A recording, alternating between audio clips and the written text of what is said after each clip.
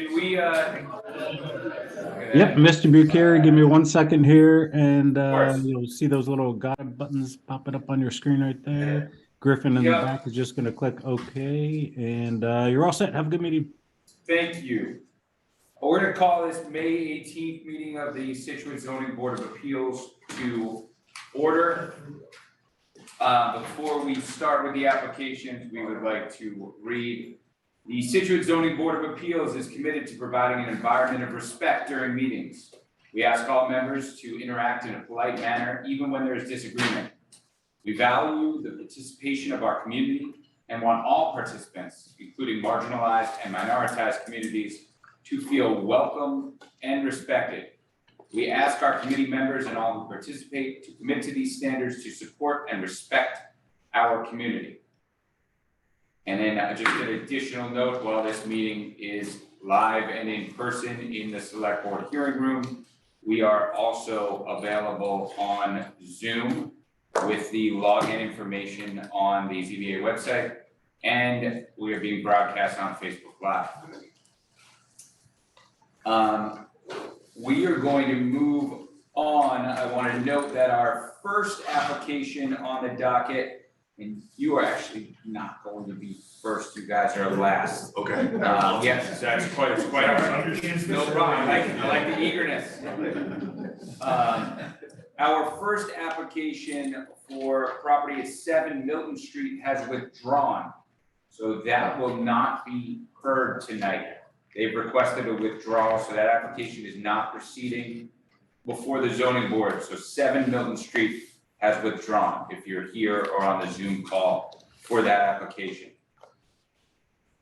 Then we are going to proceed to what was advertised as our third application, brought by Dina Wigmore of Hummerock, requesting a special permit or finding in accordance with MGL Chapter 48, Section 6 and Section 810.2 of the bylaw, and any other relief that the Board of Appeals may grant, to allow the raising and reconstruction of a pre-existing non-conforming single-family dwelling located at 8 Westgate Lane in Scituate, which is increasing the gross floor area by more than 20%. Good evening. Good evening. For the record, Gregory Morse, registered engineer, Morse Engineering. Representing the property owner, Dina Wigmore. As was just read into the record, this is a request for a special permit and finding in accordance with Mass General Law, Chapter 48, Section 6, in the zoning bylaw, Section 810.2.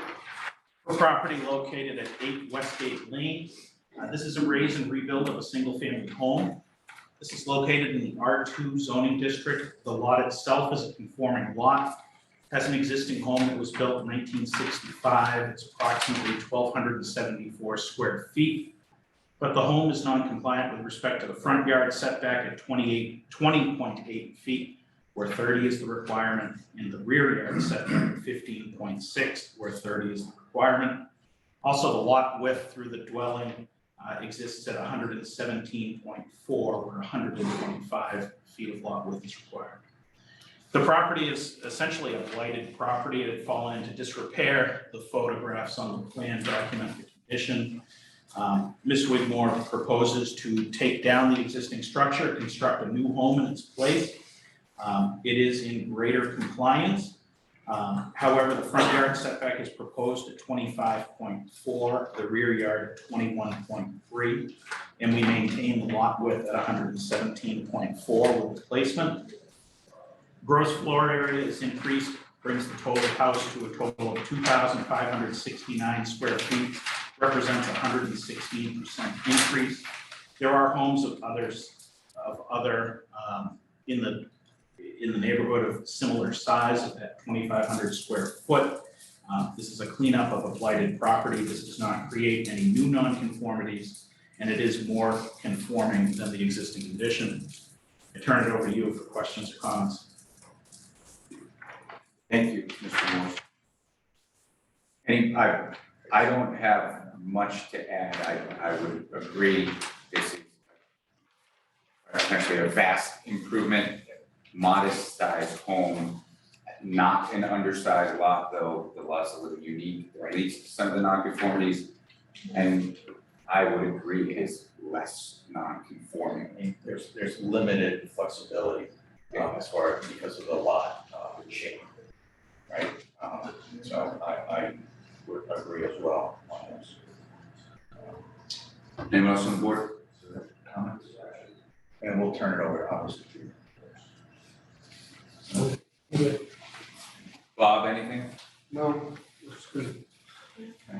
Anybody here in the room? Yes, ma'am, just your name and address for the record, please. Freya Schlegel, 9 Westgate Lane.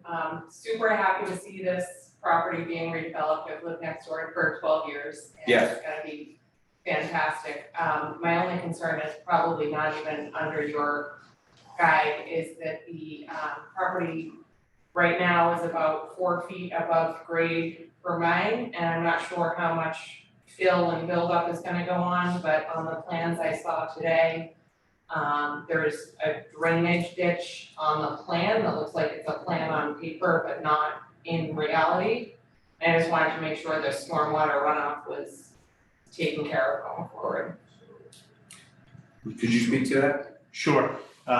We will be submitting with the Conservation Commission. We'll have a separate set of public hearings with that, which will document all of the proposed drainage on the site and the proposed grading in greater detail. I can assure you, we're gonna be maintaining drainage on the site itself.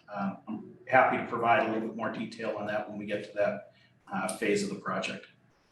Thank you. And I'm sorry, what was your name and address? Freya Schlegel, do you want me to spell it? Please. Yeah, it's Freya. My last name is Schlegel. And I'm at number 9 Westgate Lane. Thank you. Thank you. Yes, Bruce.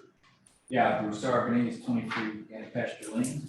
I'm on the Water Resources Commission.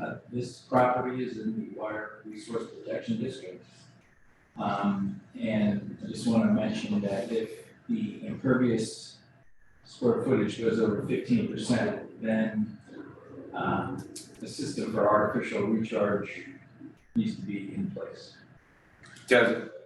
Greg, is that 8.2 lot coverage, is that meant to be impervious lot coverage? That's impervious lot coverage. We're coming in at 8.2, well under the requirement. Great. Fantastic. Anyone else in the hearing room with any questions or comments on this? If there's anyone attending on Zoom, if you would like to raise your actual hand on video or raise your virtual hand, you can be heard.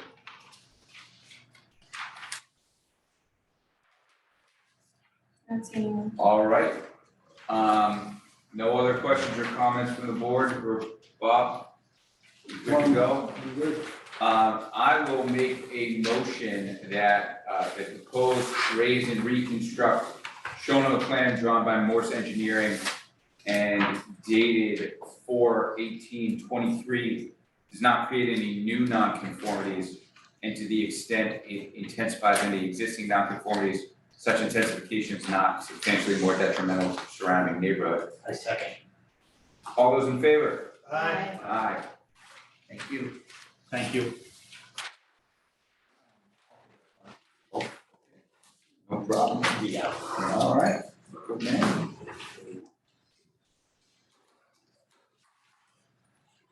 We're going to move on to what was advertised as our fourth application, which we are taking second tonight. There we go.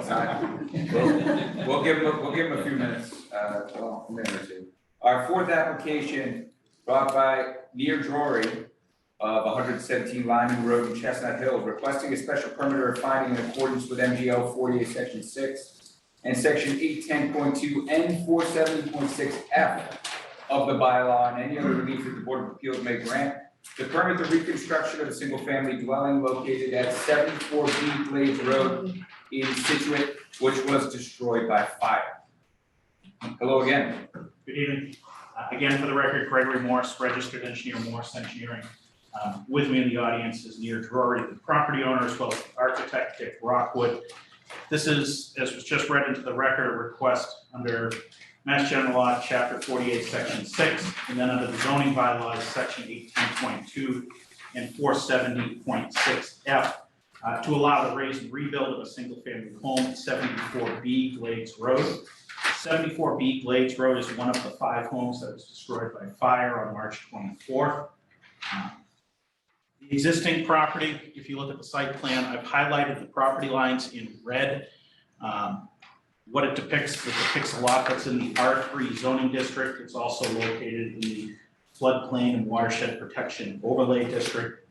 The lot itself is rather small. It's non-conforming with respect to frontage, lot area, side yard and rear yard setbacks, lot width, and the front yard setback. Proposal here is to replace the structure which previously existed. The assessors had it on record as 1,296 square feet. The proposal is to put a new building in its place. We've highlighted it on the plan there with the bold black line, again, inside of the red lot that you see. We're bringing everything into greater compliance than what existed. The front yard setback was at 0.5 feet. We're proposing the structure at 3.5 feet. And for this purpose, we're maintaining, it's the front yard setback with respect to town way, public beach path. The side yard setback on the right-hand side, which is the bottom of the screen there, existed at 1.5 feet. The proposal is the building at 9.5. The rear yard setback existed at 2 feet. We're proposing 3.2. The proposed structure is taller. It is a 2.5 story. It brings the total square footage up to 2,350 square feet, which represents an 81.3% increase. There are homes of other character in the district of similar size. It is in greater compliance with the bylaws, replacing a home that was destroyed by natural causes. With respect to the floodplain overlay district, the home is going to require approval with the Conservation Commission. We have noted that on the plan. It would also be elevated up on timber piles in compliance with FEMA and FIP requirements, which is necessitated by the local bylaw. I turn it over to you for questions or comments. Do I have the right plan? Did you It's, say it nine? should be on your desk. It's the revised plan. It's a revision date of 5/1/2023. It's sitting right here, that's our fault, thank you. That's okay. Want to take a quick look at that. Yep, and that clears up a couple of, Okay. yeah, Discrepancy. The discrepancy. yeah. I don't know what I have. Looks right. Looks Looks good. On the desk. Yeah, and I probably put a Here we whole go. bunch of papers on top. There you go, that's it. Yeah, here it is, okay. Obviously, it's all in the news, or we could smell it while it's happening. It's nice to see this proceeding so quickly.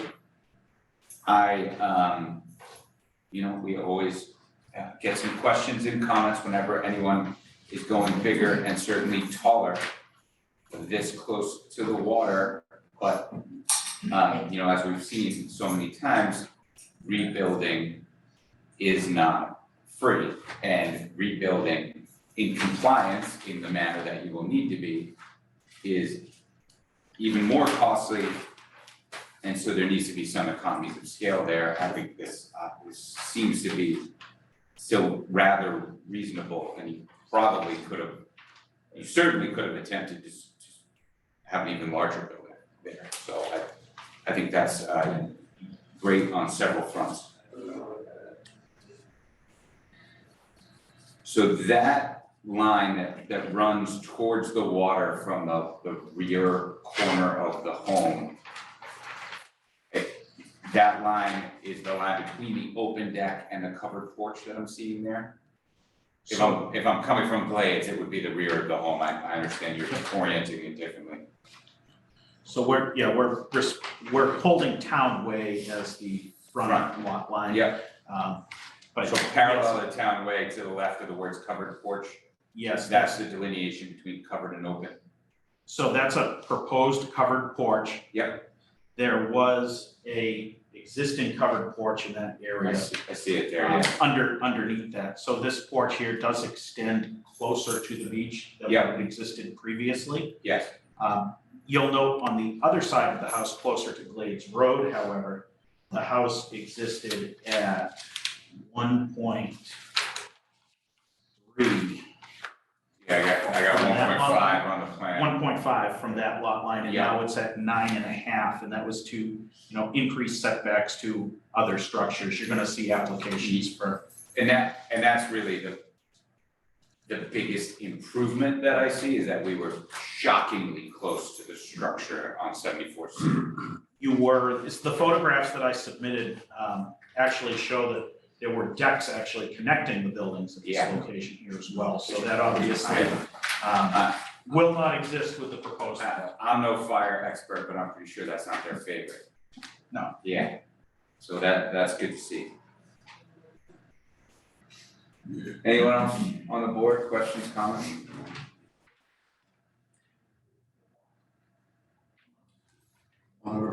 No? Bob, anything to add? No, obviously it's in a FEMA flood zone, E20, so it will be on open pilings and elevated properly to the height. Any wall that's within 5 feet of a property line needs to be fire rated and has a restriction on the amount of window opening. So I'm assuming, and we'll make sure, that the architect's plans, when we look at them, meet those requirements. All in all, I think it's a much safer and better situation than existed there before. Fantastic. So actually I have one question. The rear yard setback is toward the water, right? No, Where- no, what this is- is the rear. It's, The front yard, so that's Front. being increased. Front, side.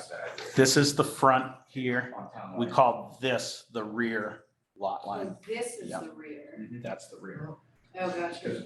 Right, because you have existing dwellings and other lots. And toward the water is Would be the Side yard. left the side yard. side, which it would be the right side. The left Left side. The left side. Correct. So it's 20 feet difference, right? You have 45 feet, so you're going More towards the water. more toward the water. Correct. So will Further. that building stick out compared to all the other buildings on that? So if I'm looking from the water, will So, that one stick out like 20 feet further toward the beach? so it is going toward the beach.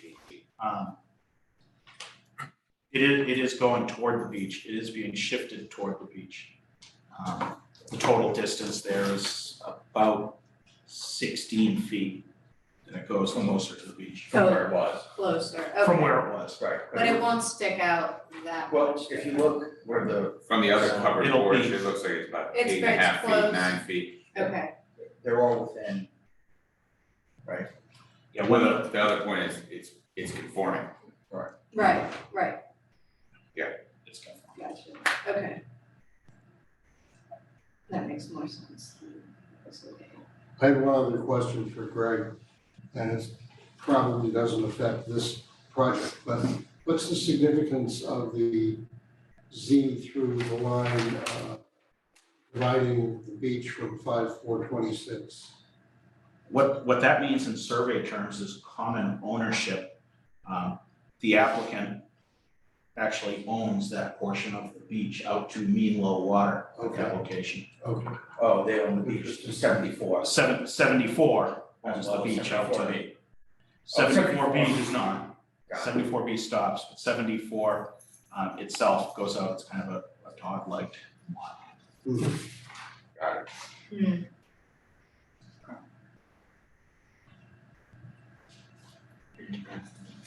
Hmm. Members of the public, again, your name and address for the record, please. And just, you can go ahead and raise your hand if you have any questions or comments on the 74B Glades Road application. Doesn't appear that we have anyone with questions or comments in the hearing room. We'll check Zoom, again, video or virtual hand, We have someone on Zoom. please.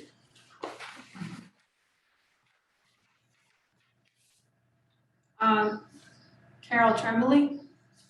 Yeah, this is Robert Tremblay.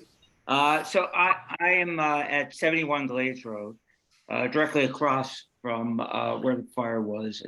We did sustain significant damage with the fire. And first off, I'd like to say my wife and I very much support near rebuilding. He and his family have been a great asset to the neighborhood. But if any of you have been down in that area, it is quite a confined area for the 5 structures that were there. And I know, you have an additional application from here tonight. You'll have, I'm sure, other applications from the other 2 property owners whose buildings were destroyed. And I do take note that there was mention of attending to fire retarding and making sure that windows were restricted inside between the buildings, et cetera. But certainly, I think the thing that concerns all of us in the neighborhood is just to ensure that every effort is made to limit the chance of another conflagration in that area. Yes, thank you. As Bob mentioned, because of the proximity to other buildings, there are increased fire protections that come up in the building code that will have to be complied with in connection with this development. Thank you. Anybody else? Anyone else? I would like to say something. Yes, just your name and address, please. To get up for. Sure. Okay. So my name is Neil Drury. I'm the owner of the 3 houses that went up in flame. 5 houses total, but I own 3 of them. Part of the reason why we moved the houses is because we want to take the extra step so they're far enough from each other and it doesn't happen again. Yes. So that's what I want to say, but I want to thank you guys for considering this. Of course, that's wonderful, thank you. Thank you so much.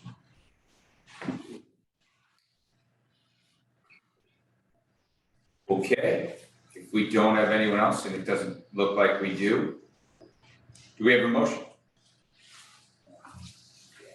Want me? No. All right.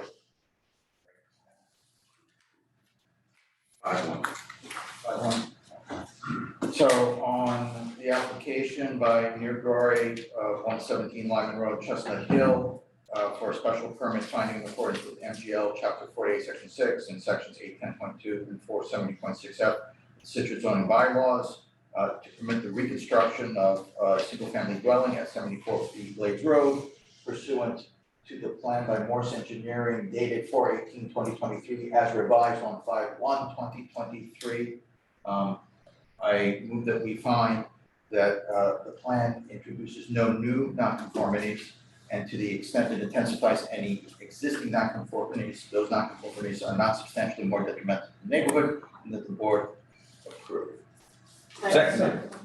All in favor? Aye. Thank you very much. Thank you. Thank you guys, thank you so much. Thank you, good luck. Good luck.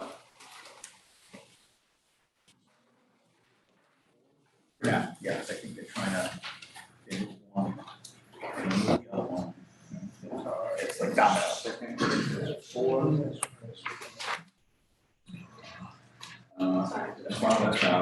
All right, we're gonna move on to what was advertised as our 6th application. We appreciate you all sticking with us tonight. We are taking the 6th application third, and this is brought by William Papastratis, trustee of the John Wills Realty Trust of 632 Summer Street, Marshfield, requesting a special permit or finding in accordance with sections 470.6A and 950.2B1 of the Scituate zoning bylaw, and any other relief that the Board of Appeals may grant, to allow for the construction and use of an elevated footbridge and dock for recreational purposes located at 11 and 12 at lots 11 and 12 at A and B and C streets off Central Avenue in Scituate,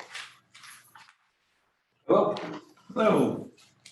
Thank you very much. Jeff DeLisi, I'm here with Mr. Papastratis, the applicant, with respect to this particular project. Also behind us is our engineer, Kevin McGuire.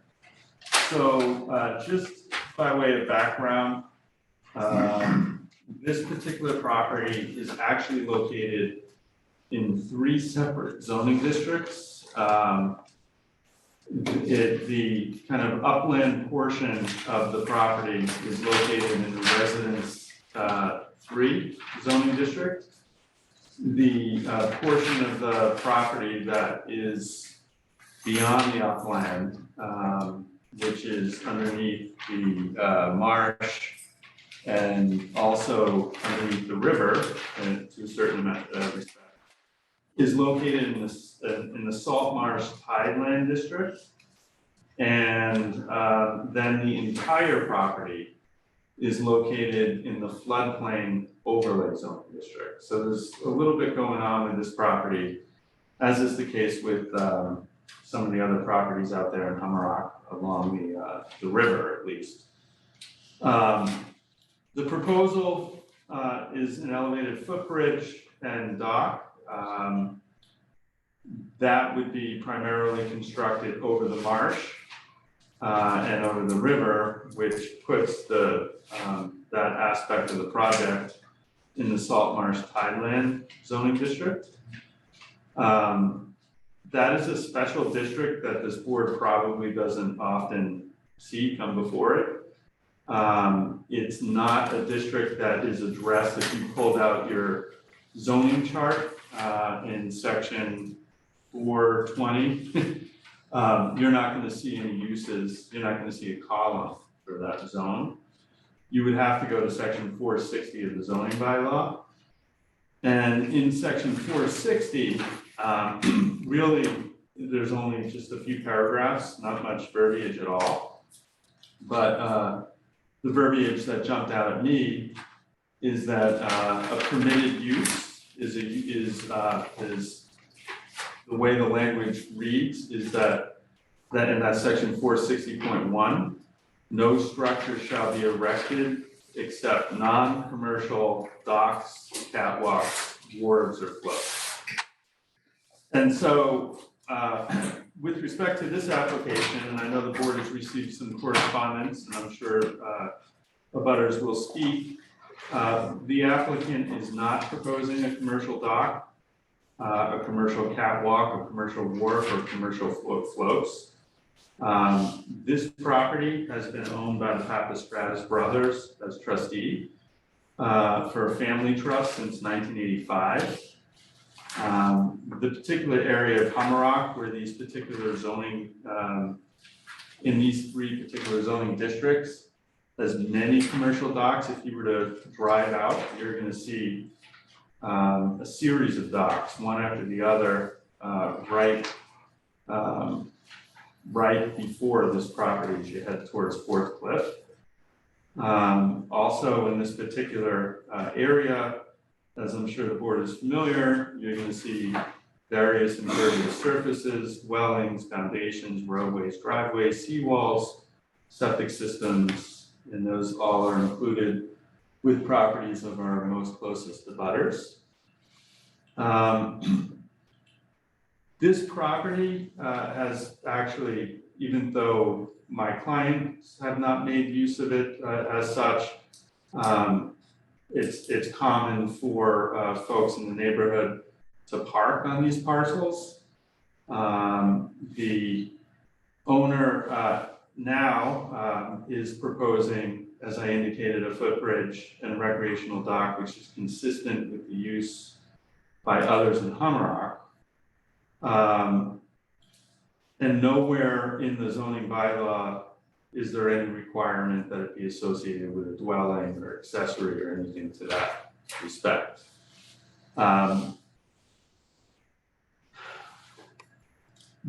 Our plan shows the possibility of up to 9 boats that can go on this particular dock. We've seen the feedback from neighbors. The reason why it was designed in that fashion was because chapter 91 allows it to be designed in that fashion. But we're perfectly happy to agree to any condition to limit the number of boats on the docks to 5 in number, which we think is reasonable. This particular hearing does not request anything having to do with use. This particular hearing, the reason why we're here is because we're in the floodplain overlay zoning district. And in that zone, a special permit is required if we wish to construct a footbridge or a duck walk. And that special permit is required to be issued by this board. And so the focus of this application is to ensure that that footbridge or duck walk is constructed in a manner so as to protect the interests of the floodplain, essentially. And that's not dissimilar with any of the other elevated footbridges in the area, as far as I see. So in a nutshell, that's the application. And I'm happy to take any questions. I'm sure you're gonna have a lot. Great. Okay, so please correct me. It sounded like you were just saying that you're not here. It sounded like what you were saying is that the only relief you're here for is under 470.6. I gotta go back to 950 to see what relief you need there. You noted 950.2B. So Can you talk about the relief you're looking for there? 950.2B is just your authority to grant special permits. That's right. Okay.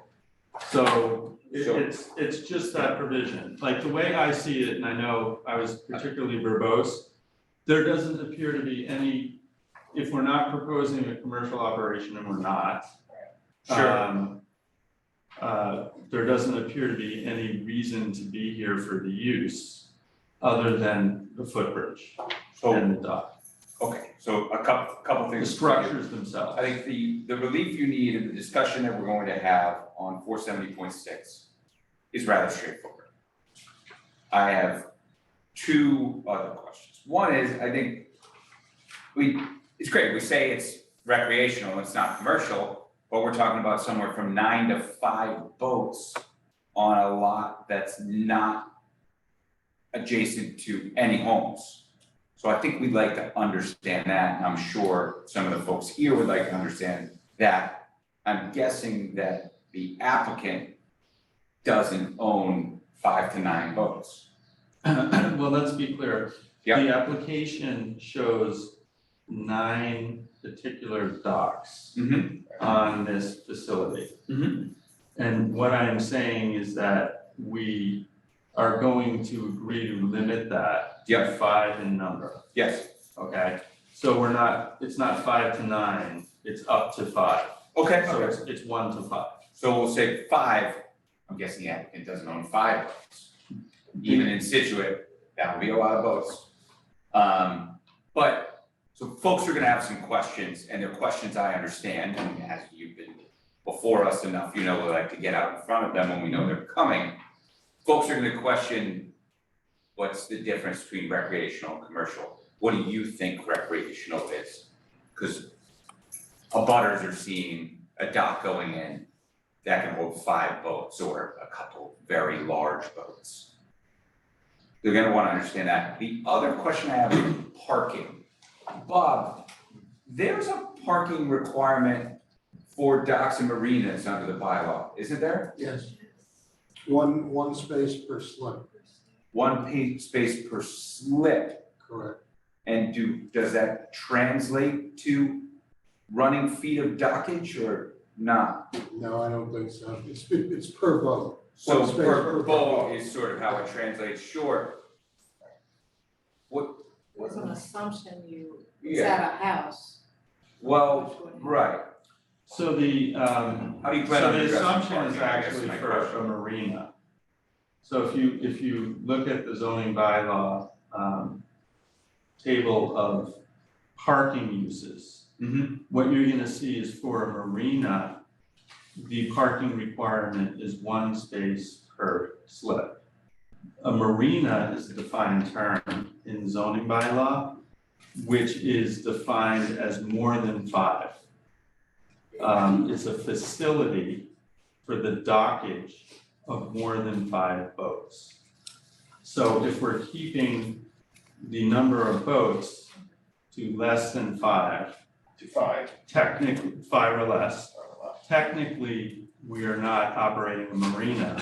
So or is it your contention that there is no parking required for a structure such as this? Sure, I mean, you could easily have an operation where you could drive up, be given a ride to the property, drop off, and then be picked up afterwards.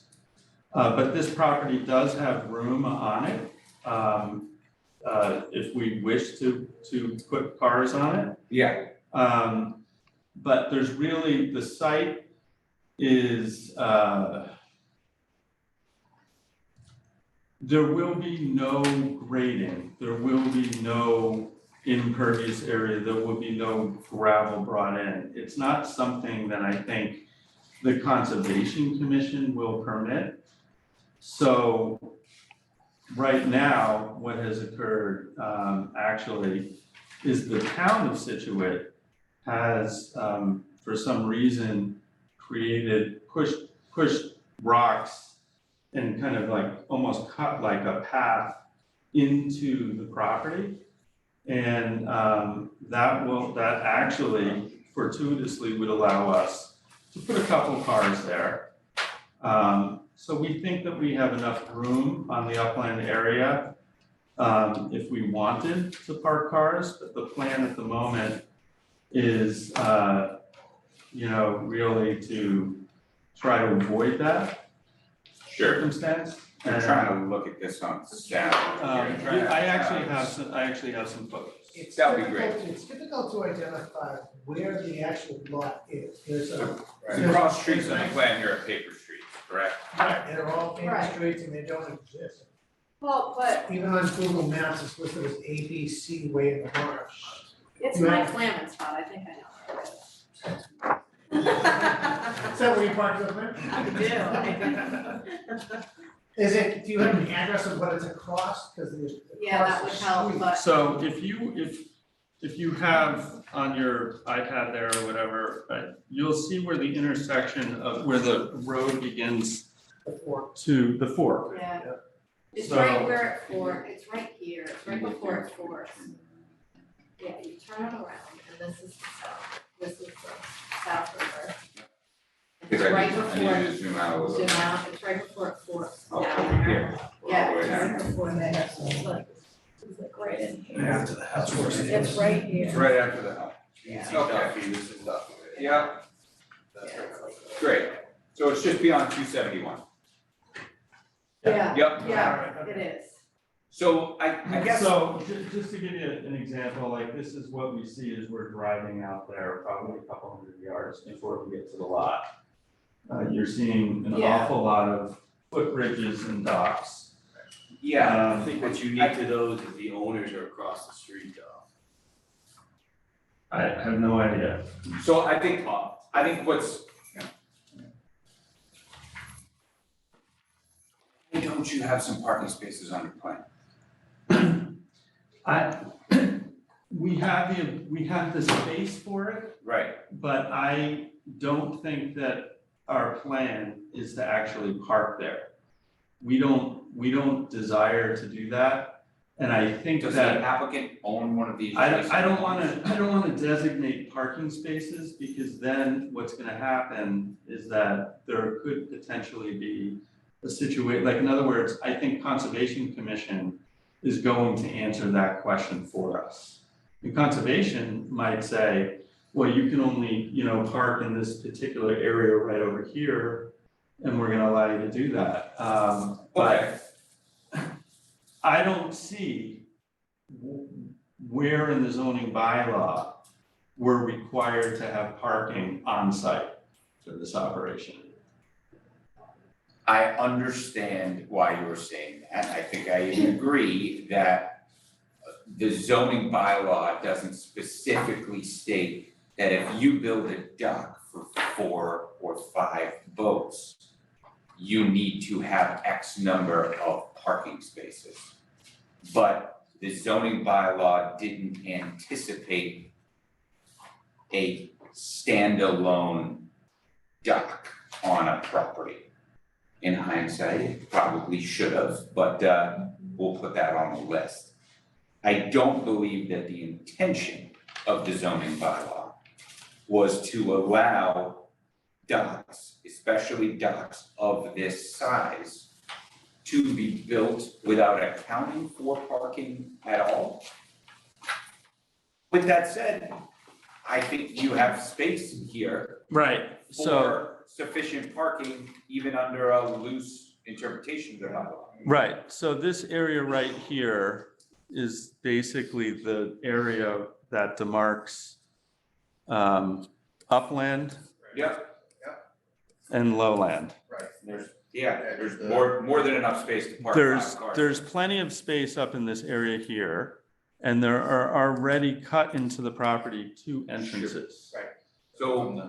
So it's just that I if I show parking spaces I here, understand. we might be limited when we get to the I conservation understand. commission. You don't want chickens and eggs running all over the place. I understand. I think, well, a couple of things. I think you have to provide parking. I think 760, right, because the 760 applies across all zones, all, right, if I read it correctly. I don't think there's anything stopping us, unless the applicant wishes to condition an approval on provided a parking area is delineated at the conclusion of permitting for at least X number of homes. Let's get back to commercial or not commercial, recreational or not recreational. Does the applicant own an adjacent property? Do you own one of the homes in the neighborhood? No. Do you own a boat that you presently keep in Scituate? No. Do you have immediate plans on owning more than one boat that you presently keep in Scituate? That you plan to I'm keep? purchasing a boat, yes. Yes. I would imagine that your plan is to also rent space on this dock to others. That wasn't my plan. Okay, I've got 2 adult sons that are in their mid to late 30s, they wanna have their boats. My brother, I have 2 brothers, one of them already has a boat. I understand. Yeah. These are the types of questions that are going to come up. I think That's what people are concerned about, right? I think that, I think I agree, this is allowed as a right, as a use, until you start renting space. Obviously, pretty tough to police, I think, Bob, you can speak to that. Unless you wanted to put some sort of covenant together, which Again, be on file with the it's record. great, we can could do it, we just could do it, but, Enforcement. you know, So, a nightmare to enforce, which honestly, if I'm the applicant, my response to that would be, that's not my problem. If you can't deny an application because you're afraid I might break the rules later on. so I thought about this issue, obviously, and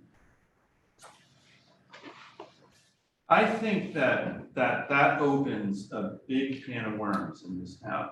What opens a big can? If you were to say to a private property owner that you Yes. can't rent any portion of your property out, because if you look all around the town of Scituate, Yep. especially in Hummerock and Minot, you're gonna find Airbnbs, you're gonna find So VRBOs, people are doing I it. totally understand your point, but there isn't a section of the bylaw that says you can have a single family home which cannot be used for commercial purposes. Here, we have a section of the bylaw that says you can have a dock. It can't be a dock used for commercial purposes. If owning a dock and renting out portions of it isn't using a dock for commercial purposes, I don't know what using a dock for commercial purposes is. Well, where in the zoning bylaw is it limited? I'm just curious, where do Yeah. you see it limited to not commercial purposes? In this zone, no structure shall be erected except non-commercial docks. Okay, all right. So you're So not in allowed which to build zone? this. In which zone? This is in the Salt Marsh Entitlement Conservation District. Right, okay.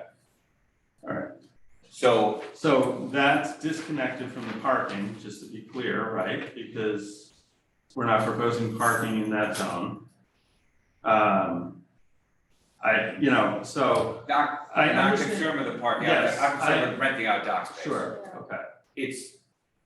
It's not allowed under the code.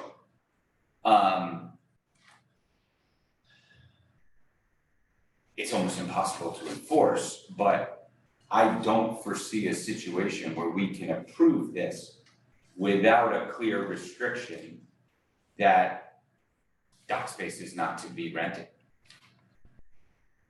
Does the neighbor next door rent dock space because he has a house there? Does he rent dock space? Again, it's impossible to enforce. I don't know. There's no registry for I'm it. just- If you look at these docks, there are plenty of docks in Humrock that allow more than one tie-up.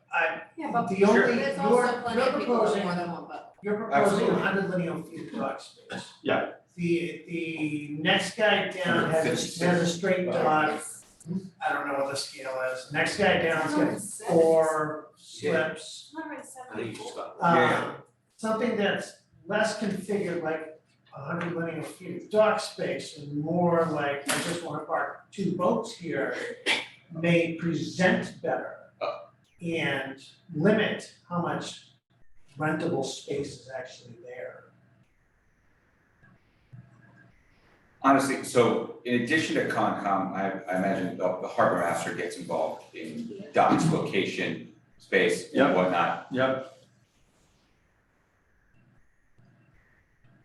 I'm not sure I wanna limit the size of a dock because it'll make them harder to rent it. Honestly, if the dock is huge and they're renting it, it's probably gonna be easier to spot.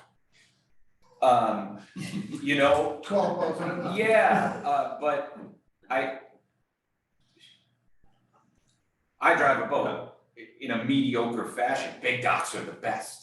So I don't wanna shrink the dock. Can't miss them. Well, yeah, and there's more space in between however many boats you do put there, that's great. If Concom and the harbor master don't have a problem with the size of the dock and the dock stays within the area that you're allowed to put the dock with your frontage on the river, I'm not sure I want to limit that, we're gonna hear from everyone, but I mean, I think if we don't make it clear that you shouldn't be renting this dock, I think this is a variance application. I think the use is allowed as of right, if it's for your boats, and your boats obviously include your son and your brothers and whoever you decide are your friends, or you just want to let dock, but when you start to rent it, that's when you're in violation of your special permit. I have a question about, and the size, maybe this, because the size is smaller, will end up being smaller, this wouldn't be a question. But you have 2 pieces of land and a street, and a paper street in the middle. The dock goes across the street. How is that allowed? I mean, if you have 2 properties and a street in between, doesn't mean you own the whole. You don't own in front of the street. So How would you rationalize putting a I'm not, dock across? I'm not sure I see that it goes across the street. East Street. Am I- B Street, Oh, okay. It goes On the straight bottom end. across B Street, Okay, and B thank you. Street is an Yeah, access for yeah. everybody in Scituate to Yeah. get to the water. Yeah. And you're putting a dock across it, Yeah, which yeah. is Yeah. a problem for me since I like to get to the water. Right. Well, he's talking about taking 3 of those off. But if you're taking it, Yeah. if you're reducing the size enough for it to, I just don't see how we could approve someone basically claiming ownership to a street. Right, Sure. so. And then Even we- if it's a And paper, then to clarify, Nick, and it's a water access point for everybody in Scituate. and just to dork out on title for a moment, they actually do own the street. And I Okay. imagine that they likely own both sides to the I don't know center. if they do, but but it's labeled as a street. That is subject to the rights of others to pass and repass, which means they can't block. And they So block. you're right, a distinction without a Alright. difference at the end of the day. You're geeking out. He It's still totally, right, though. he totally just geeked out, but I understood. But I'm still Yeah. right, it doesn't Yeah, matter. you're not, It shouldn't be blocked. It shouldn't be so- It blocked, shouldn't be blocked, yeah. agreed, okay. agreed. Alright, so. So it sounds like we're looking at the platform at the end of the catwalk and 1, 2, 3, 4, 5 of these docks, or likely be maybe it's 5 9-footers or whatever they are, to take us out there, so we're not blocking the access. the private way, which is a valid point. It sounds like we are making clear in any relief granted that said dock is not to be used for commercial purposes, which this board interprets to mean to not be rented in any portion or as a whole. It sounds like we are interested in requiring a delineation eventually for 5 parking spaces, or space to park 5 cars, I think is more important. I don't think we need stripes. How about, I'm just trying to, well, I guess that works. What I was thinking was, if we decide to have less than 5 boats, Yes. then we wouldn't need 5 parking spaces. So I guess, maybe if you're gonna add a condition concerning parking, maybe it would be parking for ultimately the total number of boats that are docks, not to exceed 5 in number, or something like that. Because obviously, we're gonna be redesigning this. Right. And shrinking it down. Yeah, And without talking to my client in real time, something like that might be a little better. sure, we can draft it so it says a delineation of a parking area with Yes. sufficient space for at least 1 car per boat present at the dock at any given point. Love it, thank you. Here we go. What are we missing? It's not a speak now or forever hold your peace sort of situation. No. Public comments, I would Yeah, like to hear. Bob, anything to add? Yeah, I mean, this is going across 3, the walkways, we're going from an upland to the marsh, out to the river. I guess to look quickly at Are we missing anything? Safeguards as the Board of Appeals deems necessary to fulfill the purposes of this section, the following prohibited uses for the purposes of this section. We lose, well, Bob, I wanna go to Bob and then I wanna go to Bruce. Okay, I'll ask Jeff a question. Is 460 an overlay district? Is In other words, 460 the underlying floodplain? district, a residential, use? Hold on, which district are we talking about? 460. Yeah, but Salt which- Marsh and Hadland? No, it's a primary district. Okay. Yeah, so if you look at your zoning map. Yep. You'll see it as its own freestanding district. Okay, well, I think could be significant. The only other thing I'd say is, at the risk of confusing us more, you might wanna read through the wording of 460.2, which allows you to grant a special permit for any structure which would have been allowed prior to the adoption of of this section 460. I saw that and I felt it was confusing. Well, It is confusing. Yes, yeah, look, I'm not looking to grandfather a footbridge.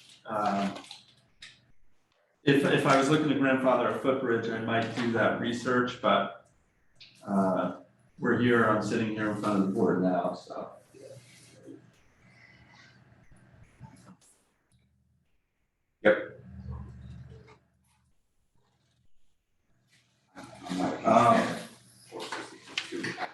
yeah, it's, But Greg, let me ask you one ancillary question, which is, and I don't see it on the plan, and I think that it's intentional. There are no actual, other than the ramps and the footbridges, right, basically a ramp to get up to the catwalk, right? There's a catwalk, there's a 12 by 14 deck, which I assume is going to be an open deck, right? There's a proposed cantilever deck for cart storage, right? Whatever, and then a 12 by 14 deck, walkway, right, and ramp. There are no buildings, there are no sheds, there are no otherwise covered structures. This is all open, from the upland to the dock, right? Yes. Okay, power and water? that's the other question.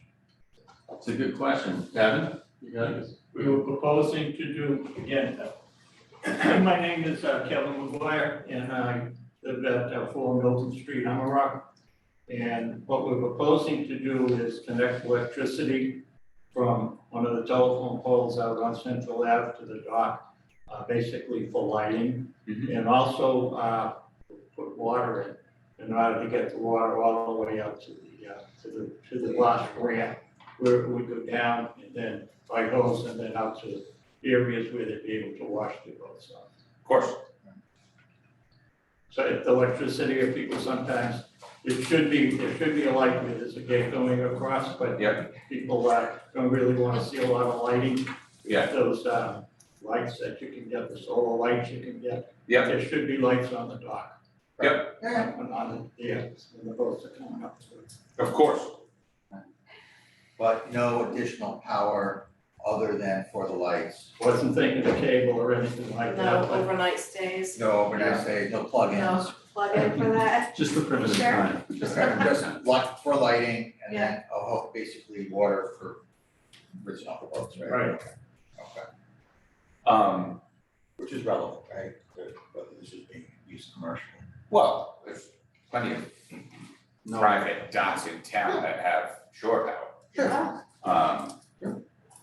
But I'm going the other way with it, right? Because if it doesn't, right, the less power, the less facilities to it, the less commercially usable it is. Yeah, I'm not sure. I don't think you want us to condition this approval on you not having shore power at your dock. No.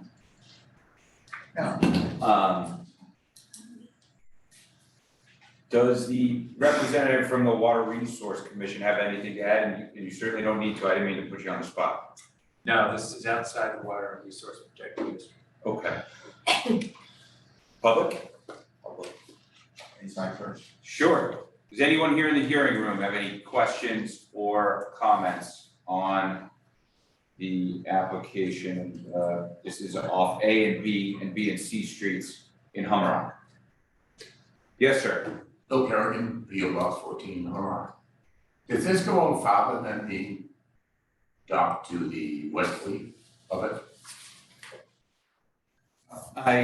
I can't say that for certain. It doesn't go out very far beyond, it's approximately 32 feet beyond the low water line.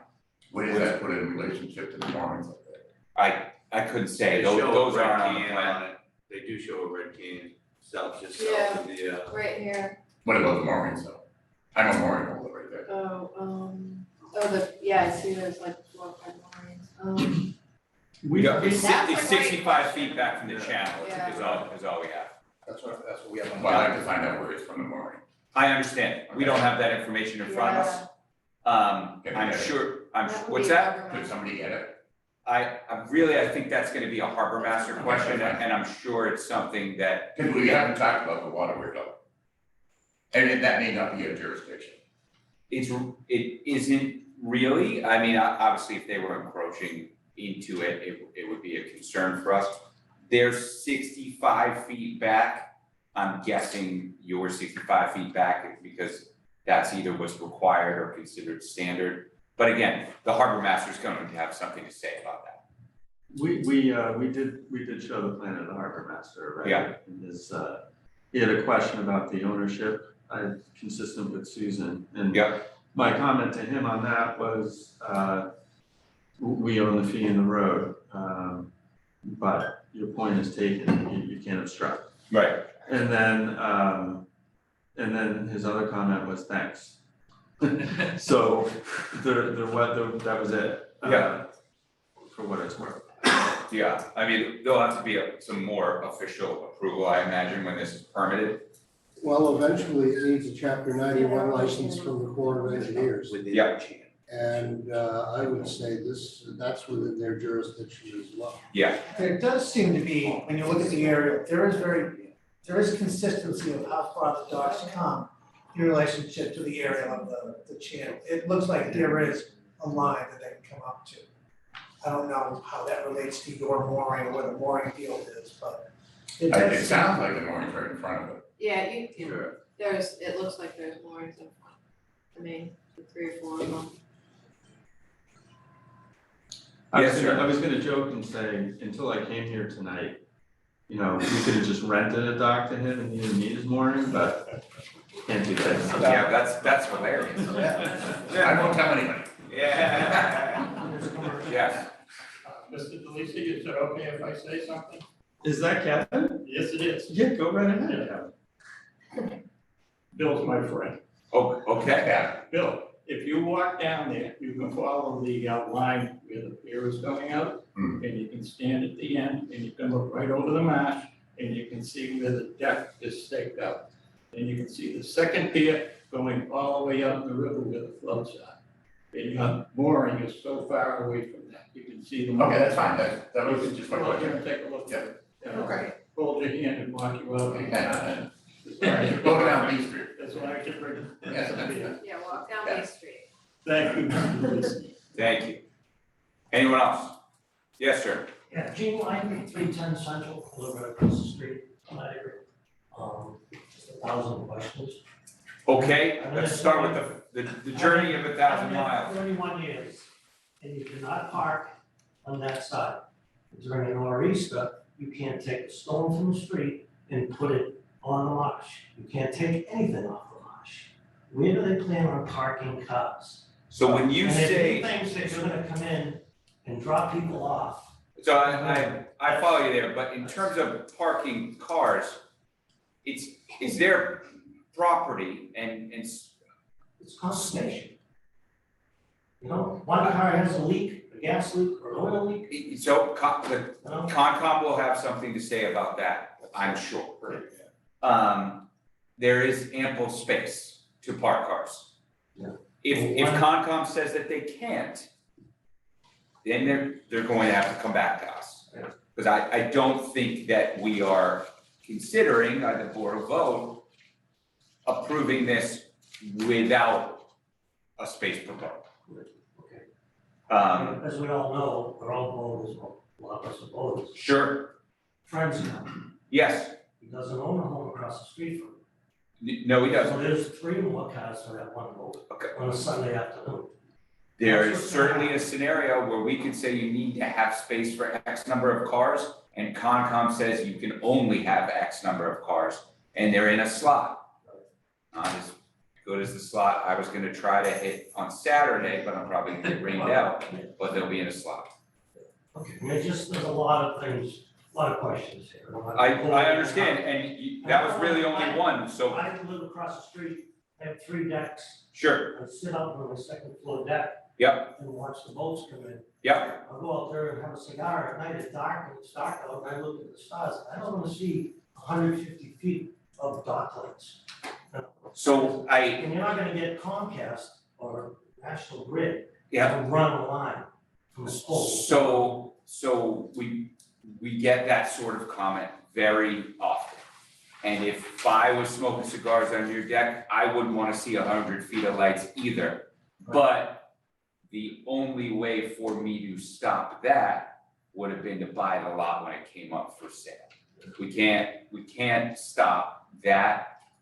Some modest dock lights that aren't spots that cast over the property lines is what folks are allowed to do with their property, and honestly, what almost everyone does that has property that can do that. To me, parking is the biggest thing. Certainly, that's Everyone gets towed, everyone gets ticketed yeah, on that side of the road. I All understand. summer long. It's a point of focus for us, and I'm certain it will come up in the Concom hearing as well. Okay. Thank you. Thank you very much. Anyone else in the hearing room? Anyone on the Zoom call? Mr. Conti? No. Did raise his hand. If you can unmute yourself. Yes, he did. It's actually raised. We can't see it behind the recording. Symbol. There's two. There we go. Oh. Mr. Con, There's two raised hands. I don't see them raised. Tom Brady. Mr. Con, his vote won't fit on this. So, Oh, we can't. so you're on mute. You can't unmute. You might be, this is Dave, you might There we be, go. you're using the wrong one. That's my brother Ron on the line. Can you unmute him, please? Absolutely. Oh, they unmuted the wrong person.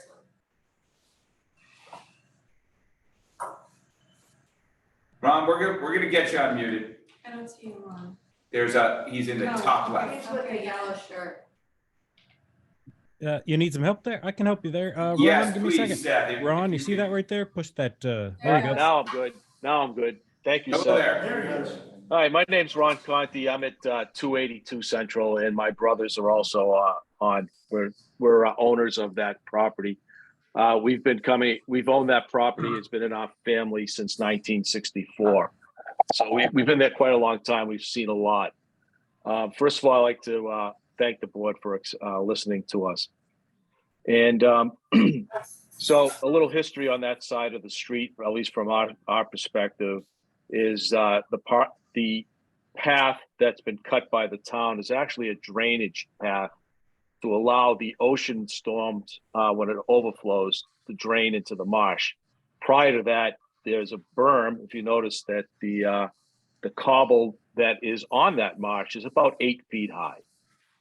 And that berm would hold the water and the cobble in the street, making it very difficult for the town to move the stone and the cobble out of there. So they built that 2 drainage paths into that property probably about 8 or 9 years ago.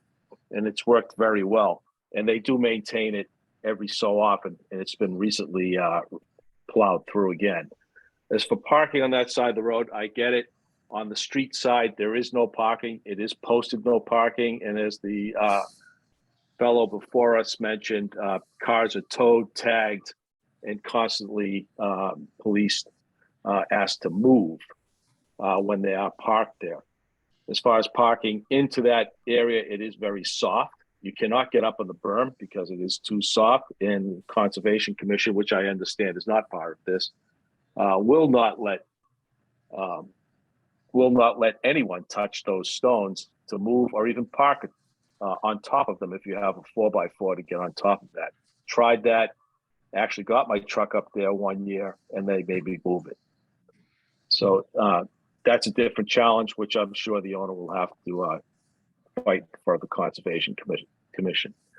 However, we are concerned about the added traffic and the fact that what's to stop, again, the commercial versus recreational. It is a very large dock, even if it comes down to 5. We have very small children in that area. It's a very tight-knit community. The added traffic, possibly noise, maybe partying on the dock after hours, could cause a safety issue for the residents that tend to bring their families. It's a family area. There are no Airbnbs there, as far to my knowledge. They're all owned by individuals and we're all very close. So again, I'd like to understand how, what assurances would we have that the owner doesn't say to a buddy, come up for a weekend from Duxbury and slip me $500, you can leave your boat there for a couple of months. I mean, you said it's difficult to police. What repercussions are there if we see 6 boats parked there some night? Okay, so that was a multiple part question, but it is difficult to determine if space on the dock is rented. In terms of if it's very clear that the special permit is violated, if there's more boats than should be allowed on the dock under the terms of the special permit, or if it becomes clear that the dock is being rented.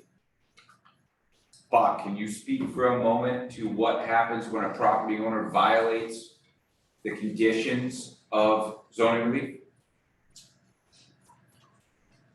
It becomes an enforcement action. It's an enforcement situation which can be either non-criminal disposition or, if it's more serious, criminal. Non-criminal disposition is $25 a day for each day that the violation persists. It's enforced eventually, if it goes that far, by the magistrate and any district court. So we're fortunate in that we don't have to proceed down that path very often. I think in the 9 years I've been in the office, it's happened perhaps 2 or 3 times. Right. And you're also judicially able to stop a use if a use went, correct? We can do that.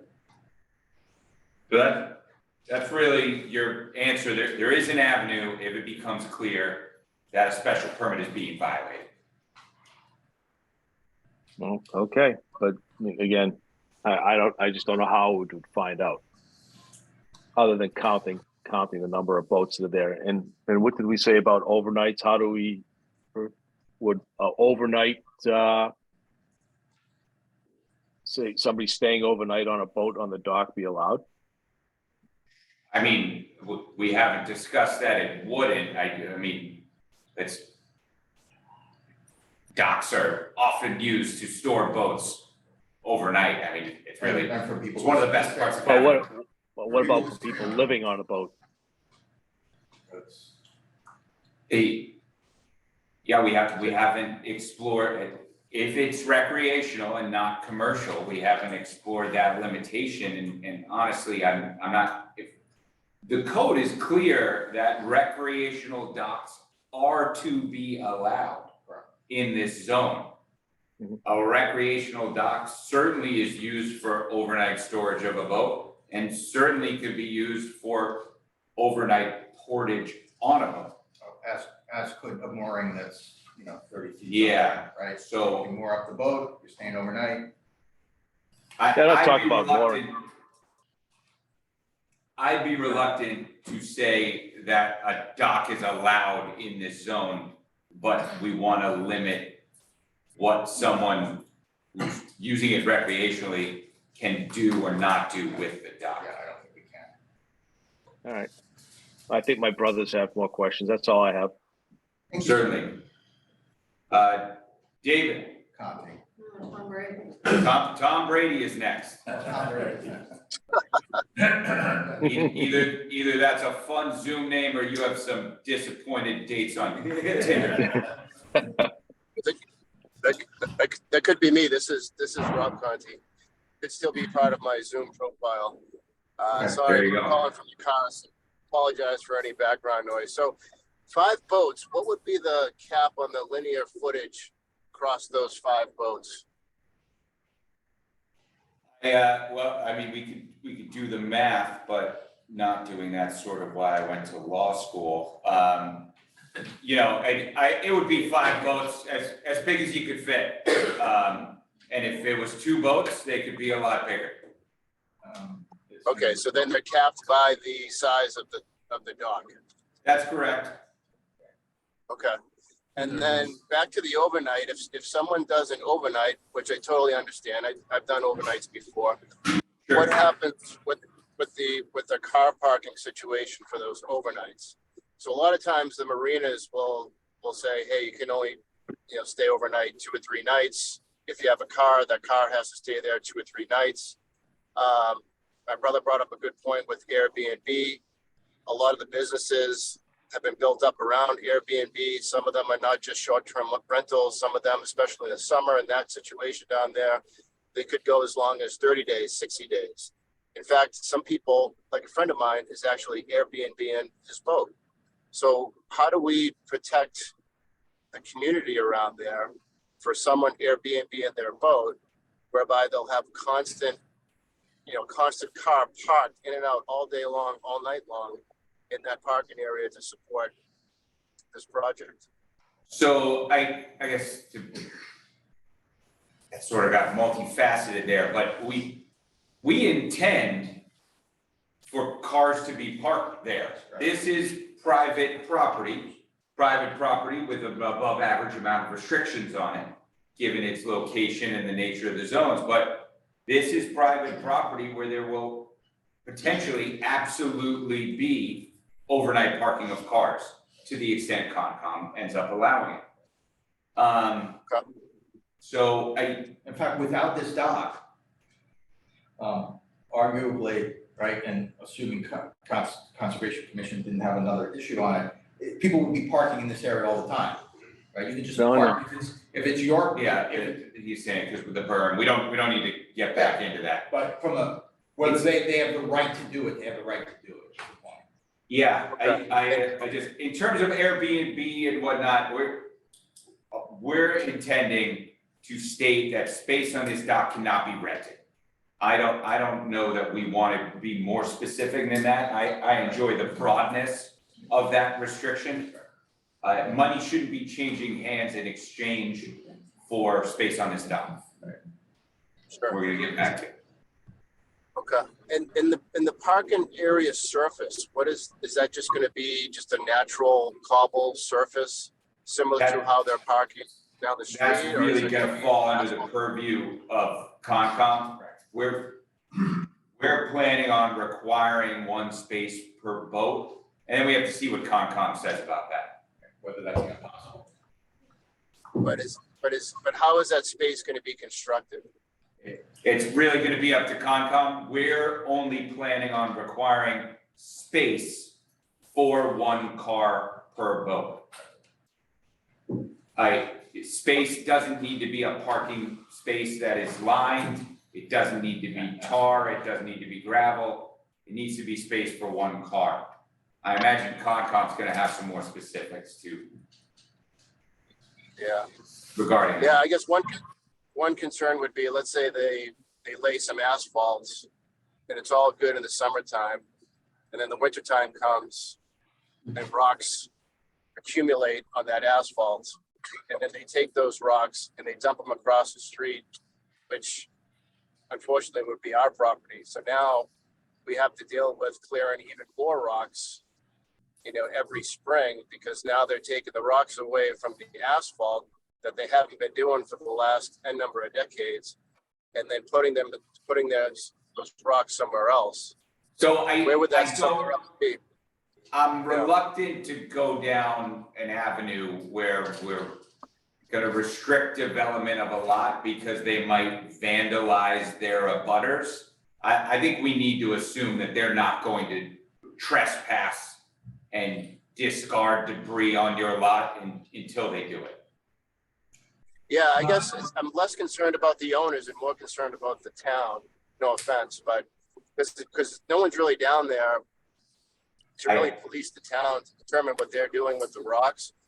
So I guess maybe it's more of a town question, like what's the town's plan if in fact that is a cleared out parking area on private property? What's their plan with the rocks every spring?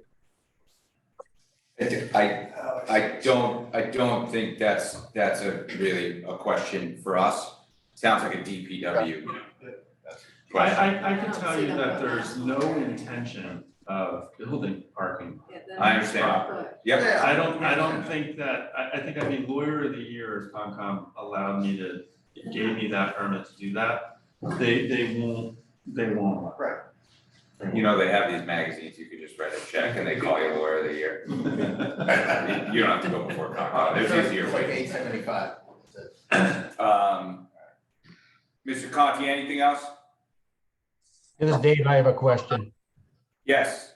Okay, we're going along the same themes here. I don't want to keep beating this to a dead horse, but I sort of want to ask the question about 5 spots, 5 boats, right? Typically, if you have a boat, sometimes you have a trailer.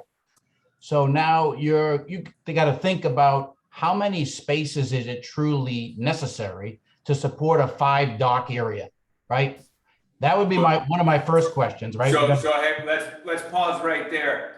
There isn't gonna be any trailers for the, there's no, there's not a boat ramp. Well, This is hold not on. I don't know how you're going to enforce that because, someone has a spot, they want to dump their boat on the public area. They're going to need a spot to put the trailer, right? So they're going to come down to the area where they get on the boat.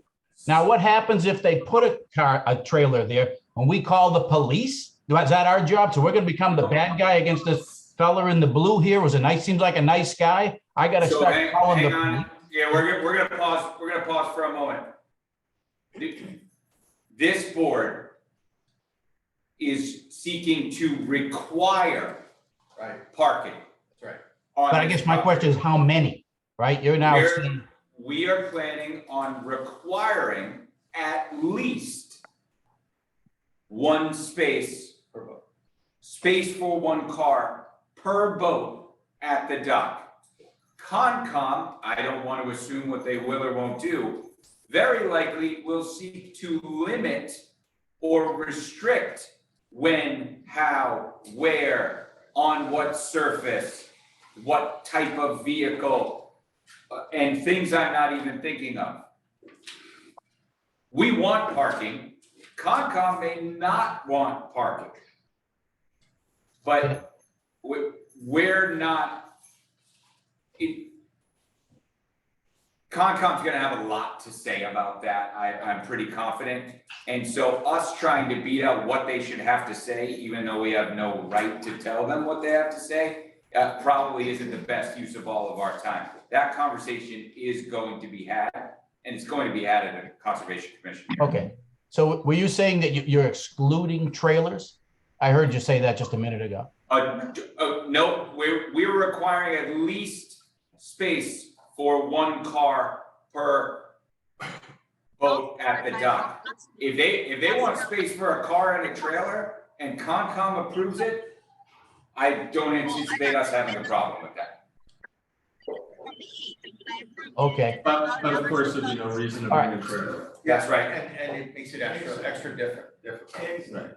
And this is a private dock, where members of the public are not paying to park here, they're not, it's not going to be in their interest to allow members of the public, if they have no idea who they are, to park there. So I think we went off on a little bit of a tangent. Yeah, I don't want to keep beating the dead horse with that one, but do we have any examples of along that Central Avenue where somebody has a dock? There's lots of docks there where the owner is not on the adjacent property.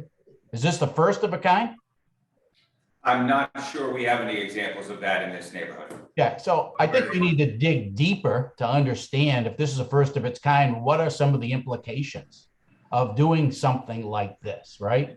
I mean, like you said, the owners, we have plenty of, there'd be a different set of circumstances when you're an owner of the property and you have a house across the street. Usually that comes with it, So because it's not being done in this district or in this neighborhood currently, I want to draw the distinction. The code specifically says that this zone can be used for a recreational dock. And I think, Jeff, help me out here. I don't think this zone can be used for a home. No. So the code is saying you can't build a home here. you can build a recreational dock. So the code specifically allows a dock to be here without a home. Okay. And I guess maybe this is a zoning board, so maybe when we get to the, other question I have about environment.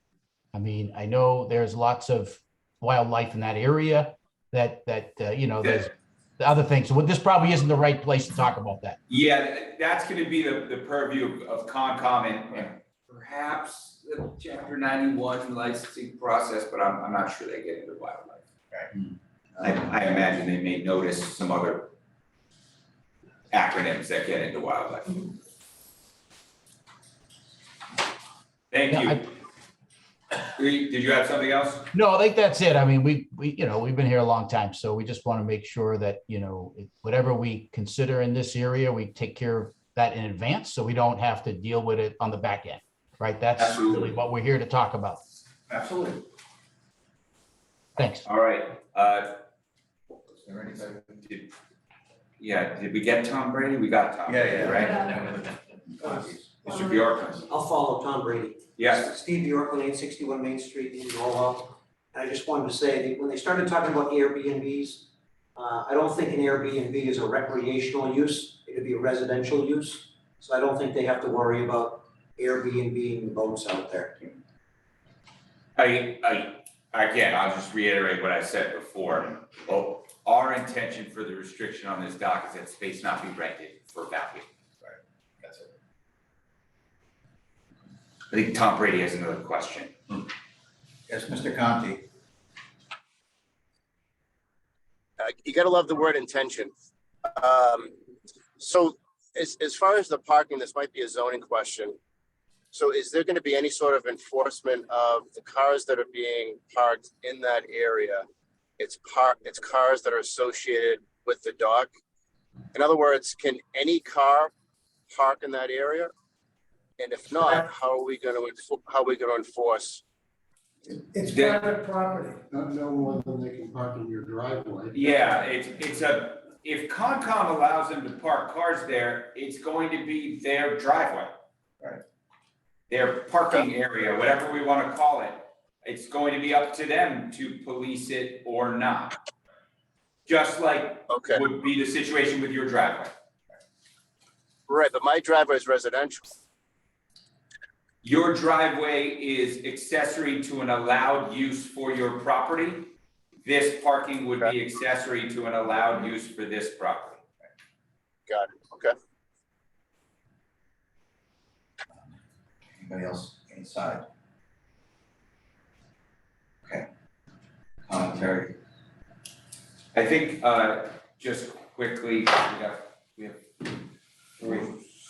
what's the, we have 470.6 here. So just 470.6, well, and 470 generally, because we're in the floodplain and watershed protection district. We need to find that it's not, that this development wouldn't be contrary to the purposes of that. Right. You would agree? To protect the health and safety of persons against hazards which may result from unsuitable development. It's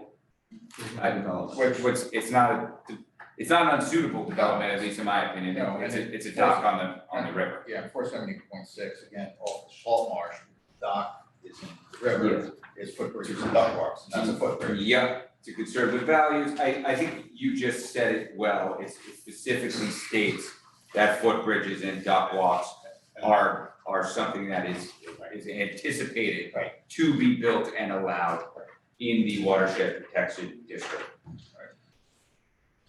That's what. I think that's really That's it. So just thinking through the parking issue. Yes. That's the one thing that's confounding to me, because if for some reason conservation says we are going to not allow you to park on the property at all. Yes.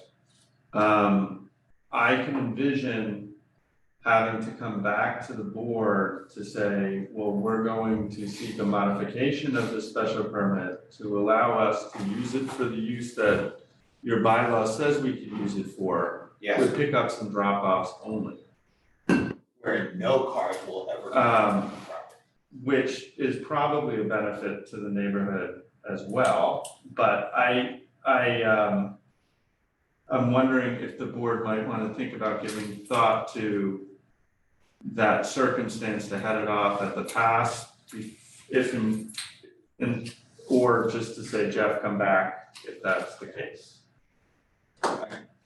Yeah, I'm of the opinion that if that ends up being the situation, let's come back on that. I think Okay. what we're gonna require at this point is at least one parking space. One parking space equivalent, right, for. Enough space for Right, parking for the. one car per boat, right? And if it turns out that it's something different, then we will revisit it. And if there is no parking allowed, then there should be no parking allowed, right? And then, we can discuss what that looks like, what it looks like about getting somebody there and whether that's permitted under the code. Yeah, I'm not a big fan of this board approving any use in town with no parking. Now, if that becomes necessary because Concom says that parking is an impossibility, then I think that's a discussion for this board, but. Because there's a risk that then this Yeah. property becomes completely unusable. I don't love that we noodle that before we know No, that's right. an impossibility. Right. And then we're approving what size of this? I Or think- because we I think approve we said- usually to a plan and this plan. Yeah, we can't approve. We can't approve to this plan because. No, I think we said we were approving 1, 2, 3, 4, 5 docks out Are from you the counting 10 by the first one? 14, no.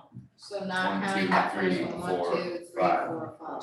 So 40 running feet out from That's the, 114 running feet. That's what, yeah. They're 20-foot long. they're 20, okay, sorry, yes. They're 20 foot long, So so that's too much. is this parking per boat gonna define the size of the boat? I can park 12 16-foot boats there.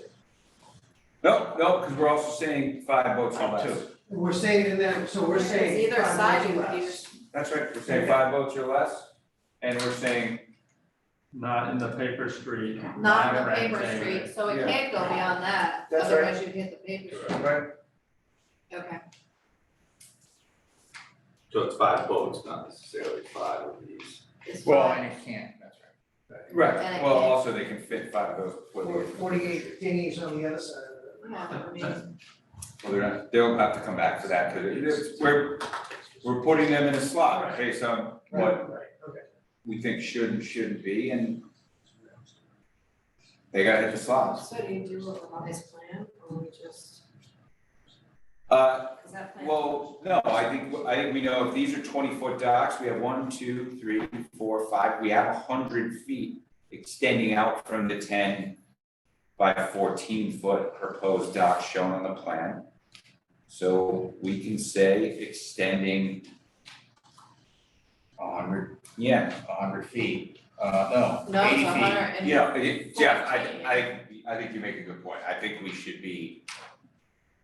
should require, in connection with the decision, that the applicant subsequently submit this yeah. plan Yeah, that doesn't show those The last 3 applicant docks. shall modify the plan Yeah. such that no portion of the dock facility is located in the. Yeah, you just gotta remove the docks that extend Yeah, into totally. the way.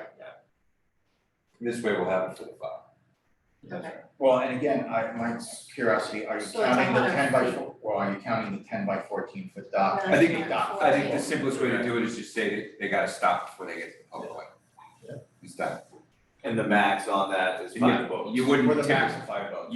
With the max. I don't think we're concerned that you use 8 by 20s if it's in the same footprint as these docks. If you use 8 by 10s and there's more docks, because that's what the harbor master wants, less space in between the pilings. That's not a substantial change for us. Right. If it's in this dock footprint and it doesn't extend into the public way, that's what we're looking at. But we are gonna limit the number of boats.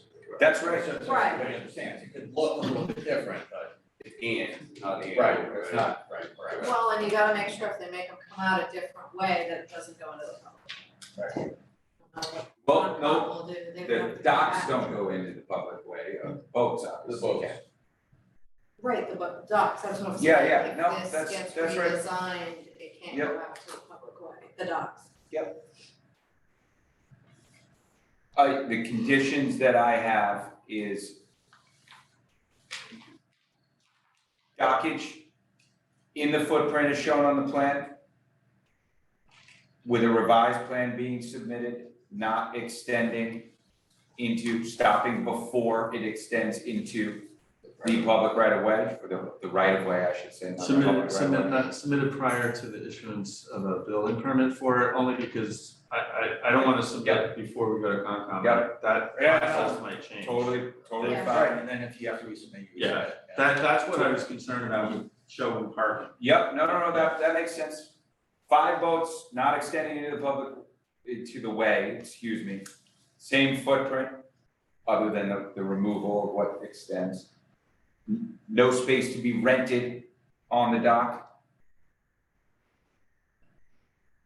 Allowance and delineation for at least one parking space or area to park one car per boat present at the dock at any given time. Stacking of vehicles could be permitted. Just space for the cars. Okay. I think, yeah, it's a, yeah, I'll tell you where. um, We know it's gotta be in the upland. yeah, no rent, 5, 1 space per car. No way encroachment, right? Correct, What conditions? What's that? 4. 4 conditions. 4 conditions. Bob, anything to add before we make a motion?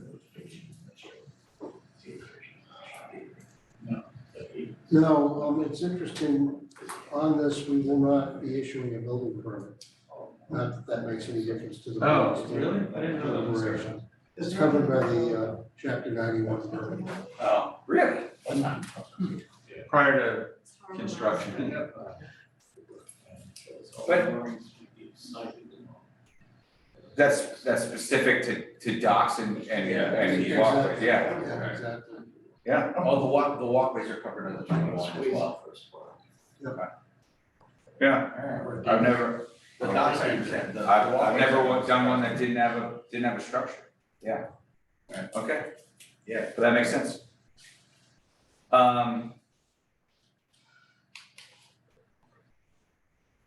I'll make a motion that with respect to the application of William Popstratus, that the board approve the proposed walkway, dockage, and other improvements shown on the plan drawn by Michael McGuire and dated April 2023, with the following conditions: that the dock be built, the dock and walkway be built in the footprint as shown on the plan, but with the removal of any dockage that extends into the right of way of B Street, with the condition that no space on the dock shall be rented at any given point in time, with the condition that no more than 5 boats shall be present at the dock at any point in time, and with the condition that space is made on the property for at least 1 car per boat present at the dock at any given point in time.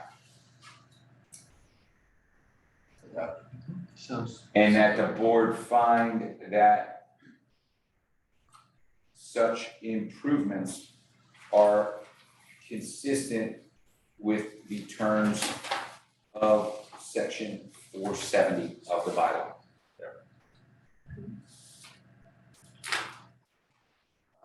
All those in favor? Sorry, seconded, yeah, it was your yes, and all those in favor? Aye. It's unanimous. Thank you. Thank you. My recommendation, because you are going to write up, is let's see what Concom does before you send it to us, because otherwise we may end up signing off on something that we have to then unsign off on. With the caveat that the situation has arisen before in the past that Concom is reluctant to even here speak with you until you have your special Right, permit. yeah, So absolutely. I think it's best, we'll probably just leave that to you. Right. Thank you. Yeah. Do the right thing. Yeah. Do what you think is right to get it Yeah. done, but that's fair. Thank you very much. Alright, so we're going to what was our second application? I think that's right.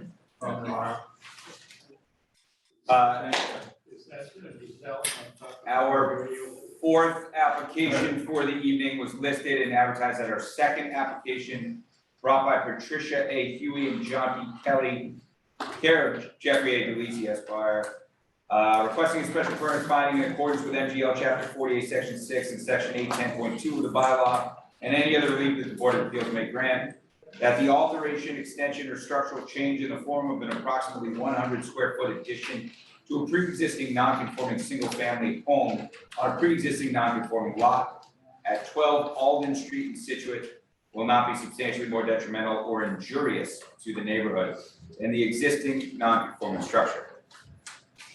Okay. Thank you again.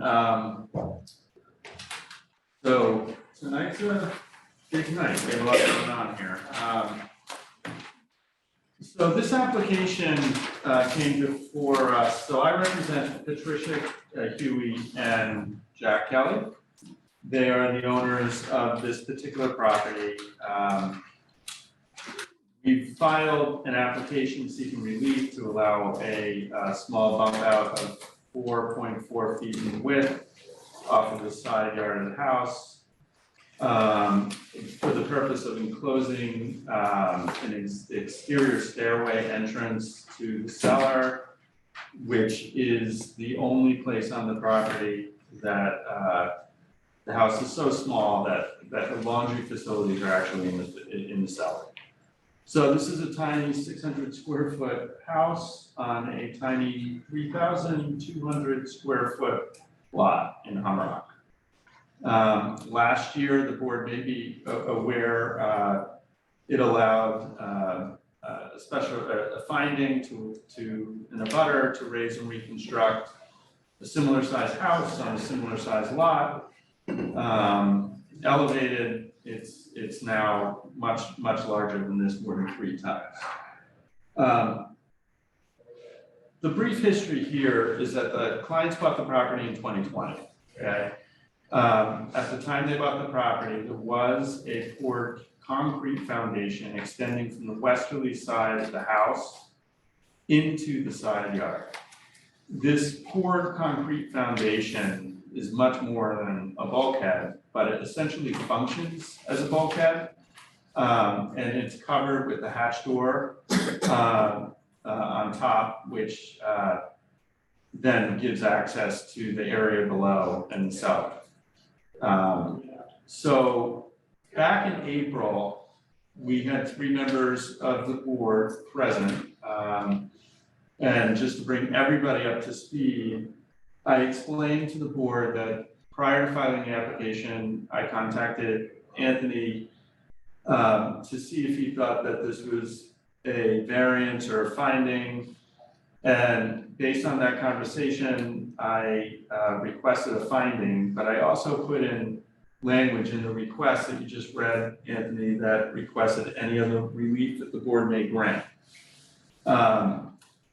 So essentially, in April, the focus of the discussion was that the plan called for the plan showed a measurement of a setback measured from the edge of the poured concrete foundation, which was closer to the side yard than the exterior side of the house. And typically, that is not how we measure setbacks, as Chris pointed out in the meeting. Typically, we measure setbacks from the house. I explained that the reason why we did that was because recently there was a change to the language of the zoning bylaw that amended section 610.2B such that it formally read, in all other instances of extension, alteration, et cetera, the board may grant a finding to allow that for a single or two-family dwelling. And the term single or two-family dwelling was eliminated and replaced with structure. And so 610.2B now reads that that the board may issue a finding to allow for a extension alteration of a non-conforming structure as opposed to just a dwelling. And that's why I pitched that issue to the board. And Bob pointed out that the intention of the town, I'm not sure how anybody understands the intention of the town, with all due respect, but the intention of the town was to allow an alteration of a detached structure such as a accessory building such as like a garage. And really it wasn't intended for this. And I respect that and get it. But I'm trying to find a solution for my clients who are in a bit of a pickle here because they have this tiny little house on this tiny little lot. And when they want to do laundry in the middle of storms and so forth, they have to leave the house, open a hatch door and go down into that in order to access their cellar. So the whole point of what we're trying to do is just cover this area that essentially the stairs are already covered, if you think about it, with a hatch door. So in any event, I then pitched to the board in April that, well, maybe the board can consider this as a variance if you're reluctant to look at it that way. And I think that I might be able to make the case that this is an appropriate circumstance for a variance because we have an unusual lot, a usually narrow 40-foot wide lot. And we have, so we have a shape factor. And as I'll get into, apparently now I've since discovered since the meeting that we have a little bit of a soil problem as well, which I'll get into. So the bottom line is that Chris pointed out that you probably have alternatives, which would be, for instance, to do in addition in the rear of the house without going into the side yard. And so I requested a continuance to look at that situation a little bit. After that, I actually met Chris out at the property, but I also inspected the records of the Board of Health. And I found a septic design as-built, not design, a septic as-built plan. And what I learned was this property was serviced by a cesspool until 2004, at which point the owner of the property then obtained approval from Board of Health to put in a septic system in a leaching field. The only space on the property for them to do that was in the rear of the property. And the only way the Board of Health allowed it was by issuing variances from Title V. And the reason why variances were necessary, I know this is a bit of a long story, I'll try and wrap it up. The reason why variances were necessary was because the Title V regulation requires a 20-foot setback from any portion of the leaching field to the cellar of the house. And the as-built septic system put the system 8.2 or 8.4 feet off of the back of the house. The septic design also required that the owner at the time excavate land soil 5 feet closer to the house from the edge of the leaching field, because the soils were, for some reason out in Hummerock, I don't know why, because it's typically sand, were bad, and they wanted to replace them with, they wanted to fortify the area around the leaching field so that the system functioned better. So essentially, what is a 20-foot septic system setback in the rear of the house has now shrunk to about 3 feet off of the rear of the house. And so the reason why this is important is because also in discussion with the engineer, we've come to the conclusion that it is completely not viable. We would be violating Title V if we were to go towards the rear of the house for an addition. Right. Which leaves us with no other option.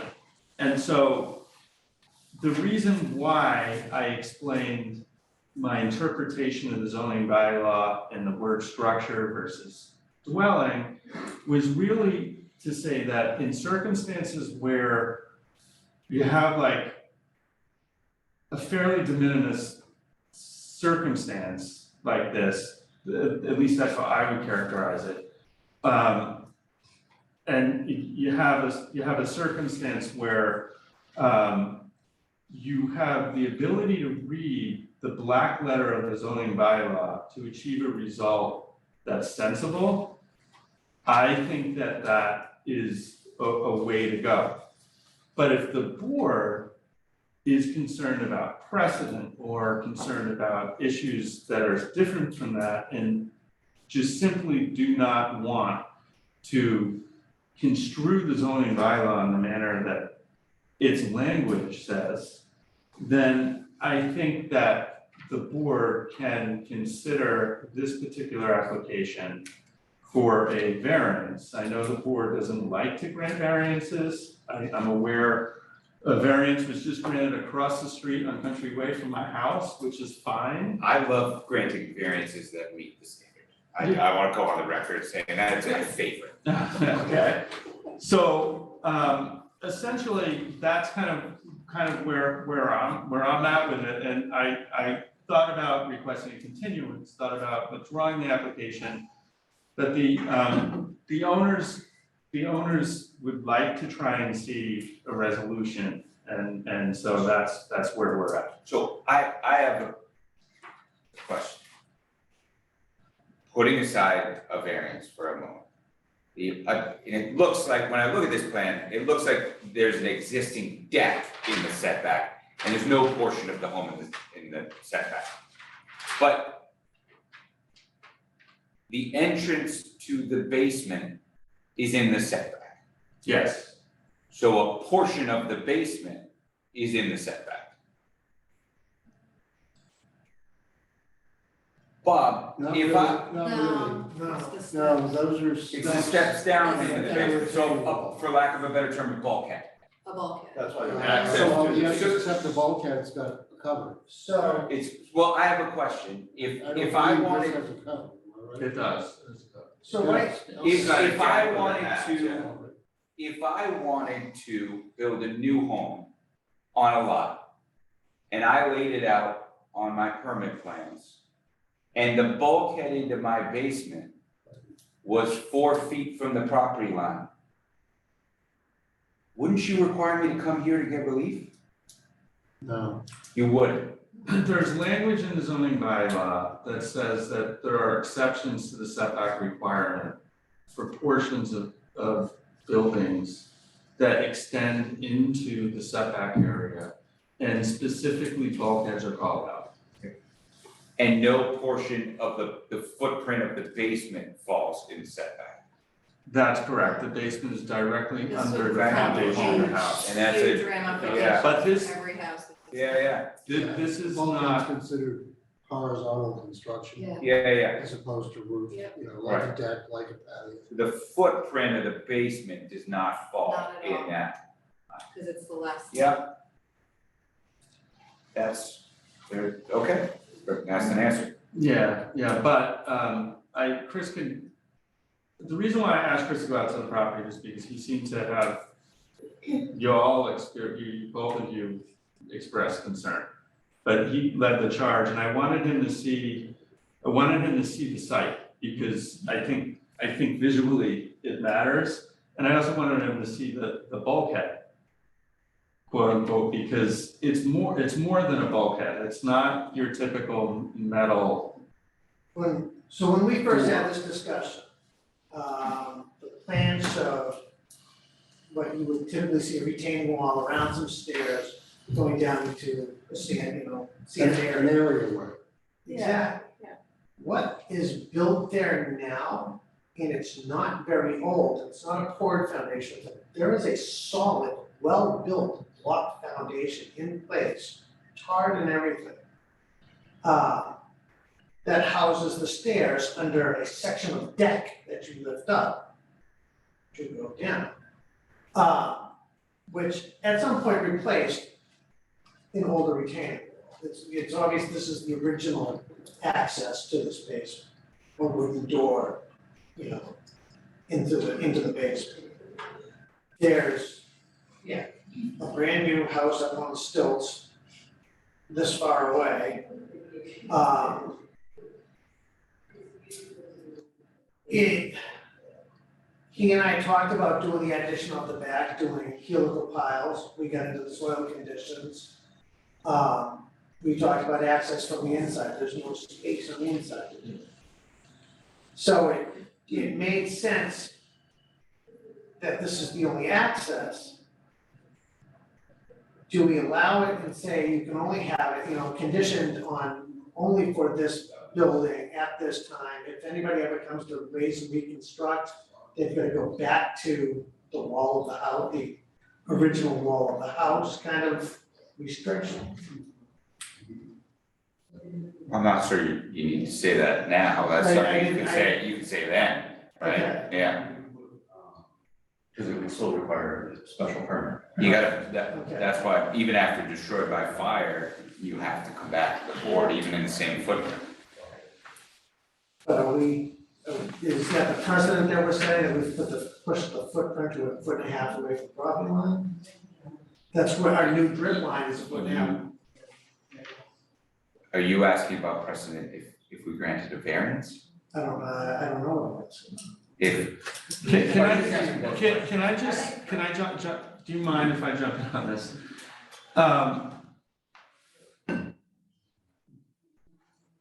way of example, this board granted a permit to a homeowner in mine many years ago that was appealed by a neighbor, and I was involved on behalf of the applicant in favor of the board's action. And the aspect of the hearing came up where we appeared in front of the judge and we said to the judge, well, look at all of these other circumstances where these other permits were issued and a precedent has been established. And I was stopped dead in my tracks and told, in zoning, there is no precedence. Every matter is considered on its own separate merits, and there's no precedence in zoning from permit to permit. Obviously, case law established precedence, but that's a separate issue. So I wanted to jump in on that because if there are circumstances where somebody comes to you and says, well, I have my laundry under the cellar and I have a 3,500 square foot lot and a 600 square foot house and it's 40 feet wide. There are distinguishing characteristics in just about every circumstance. And in this one, we're coming to you and saying, we just want to access the cellar from the inside of the house. And that's what we're looking for. I understand that, I agree with you on the precedent. That's not to say that consistency on a board in terms of interpretation of our code isn't important. And I have voted no and expressed that I was about to vote no on variance applications in the past where a lot was too small to allow a very important or useful additional convenience to a home. And I typically, every application is different, I explain that the relief couldn't be granted without defeating the purpose of the bylaw.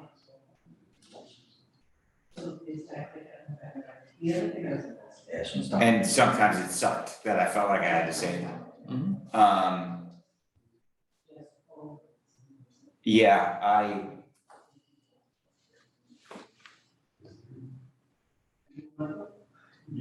this one's interesting because the entrance to the basement and what I thought was a portion of the home was already encroaching. So it turns out I was incorrect there. So, a butter will come to us sorry and say, we're not talking about the first toilet in this home. And a butter's gonna come to us and say, there's tons of homes in Scituate that don't even have a washer and dryer. This home has a washer and dryer and they want a more convenient, for totally, I would absolutely want the same thing. But yeah, I struggle with this on the variance one. and so we can't go out the back, but so forget, we're abstracting it out now, right? Theoretical possibilities, right? The front would cause a similar set of problems because you're short of the 30-foot setback regardless, right? So you would be more non-conforming at the front. Yeah, so And the left, your any entrance would go into the setback as well. would go, because you have 10, what do you have over there, 9.4? So you're a foot and a half, a foot plus, right? So you go into the setback, but arguably possibly less so. Look, but it would still be a problem. Is it crazy to consider too? I mean, my first apartment was about 400 square feet and I had a combo unit that looked like a dishwasher below my counter in my kitchen. Sounds like enough. Correct, exactly. So that being said, alternative to a relocated addition, maybe you get a different washer and dryer setup that your house can accommodate. Yeah, this gives you kind of a good sense of what's going on out in the neighborhood right now. And so when I I'm serious. no, I mean that's really like your only that's really option, the I only hate to say. solution. But it's a financial Yeah, financial oh, issue. I know. But when I explain this conundrum to my client, they're saying, how does that happen and I can't get my little stairways covered? So this addition wouldn't meet the threshold where you have to go up? No, the percent's super low. No way. Yeah. You have to have, it's over 50%, right? Over, Well, it's or it's value of the cost, house, it's not, right? yeah. Fair market value. Yeah. So minimum. Can I- Cost these days, right? Yes, please. Yeah, well, Chris has been out there, I've actually seen this house too, but I can't remember, it was a while ago. What's the distance if you build this between this house and the house next door? The house next door, I looked at your permit before coming in today. It was just issued last year. And the permit said it was to be 10 feet off of the property line. So there's room 11 enough, and a half feet. there's room enough to walk, there's room enough for a fireman to drag a hose or a policeman to go back there if they need a gurney or a stretcher or something like that. Yeah. So it's not a public safety issue in terms of that access. And I try to make an argument that, fire rate, there would be a fire rated wall, and Right. that's a better thing. Right. For what it's, I bet, the bottom line is, this whole neighborhood, if any place goes up to the home, it's close. The thing I think we learned that with the So, last wait, fire. so this is. It's not a. No, that's not correct. That's not. No, that's not correct. That's not correct. But the home is in the setback already. The home is. It's like 6.9 and it's. Is it the setback 8? 1.5. Yeah, this 5.9. yeah, this is. So the home's already in the setback, so we're talking about an extension of a nonconformity. Right, it's not in the setback here, No. but it would go into the setback area, this is an extension. It would extend further into the setback area than what it is now, Further. but it still is. Yes. That's not correct. It's already non-conforming. But it is already non-conforming. It's already non-conforming, this is not a new non-conforming. Correct. It's an extension of a non, There's already a side yard non-conformity Yes. on the same side. on the same side. This one is not, this one is It's not a conforming. variance. It's 5.9 feet. That's what you said to me originally. We haven't, sorry, I got caught up in the bulkhead world.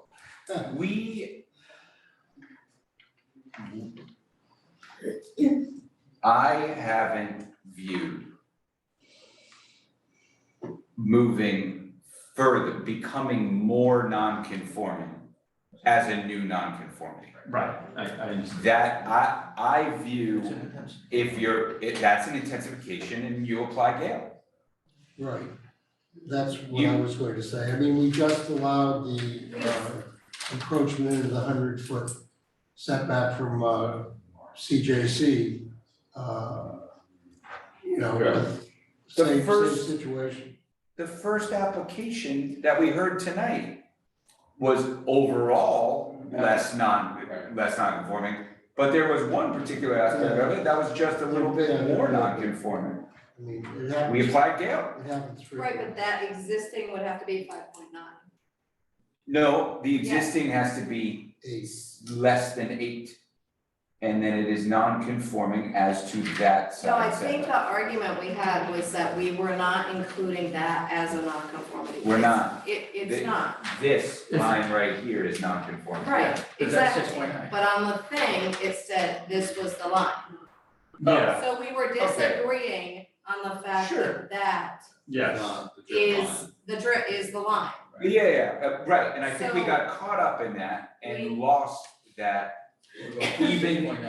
Well, let's agree that that's not the drip line. The home is the drip line, Right, that would have to be 5.9. 5.9, Yes. which is non-conforming. And We're then- talking about Which intensifying. then puts you in the Gale and you can make it fine. Yeah. Yes.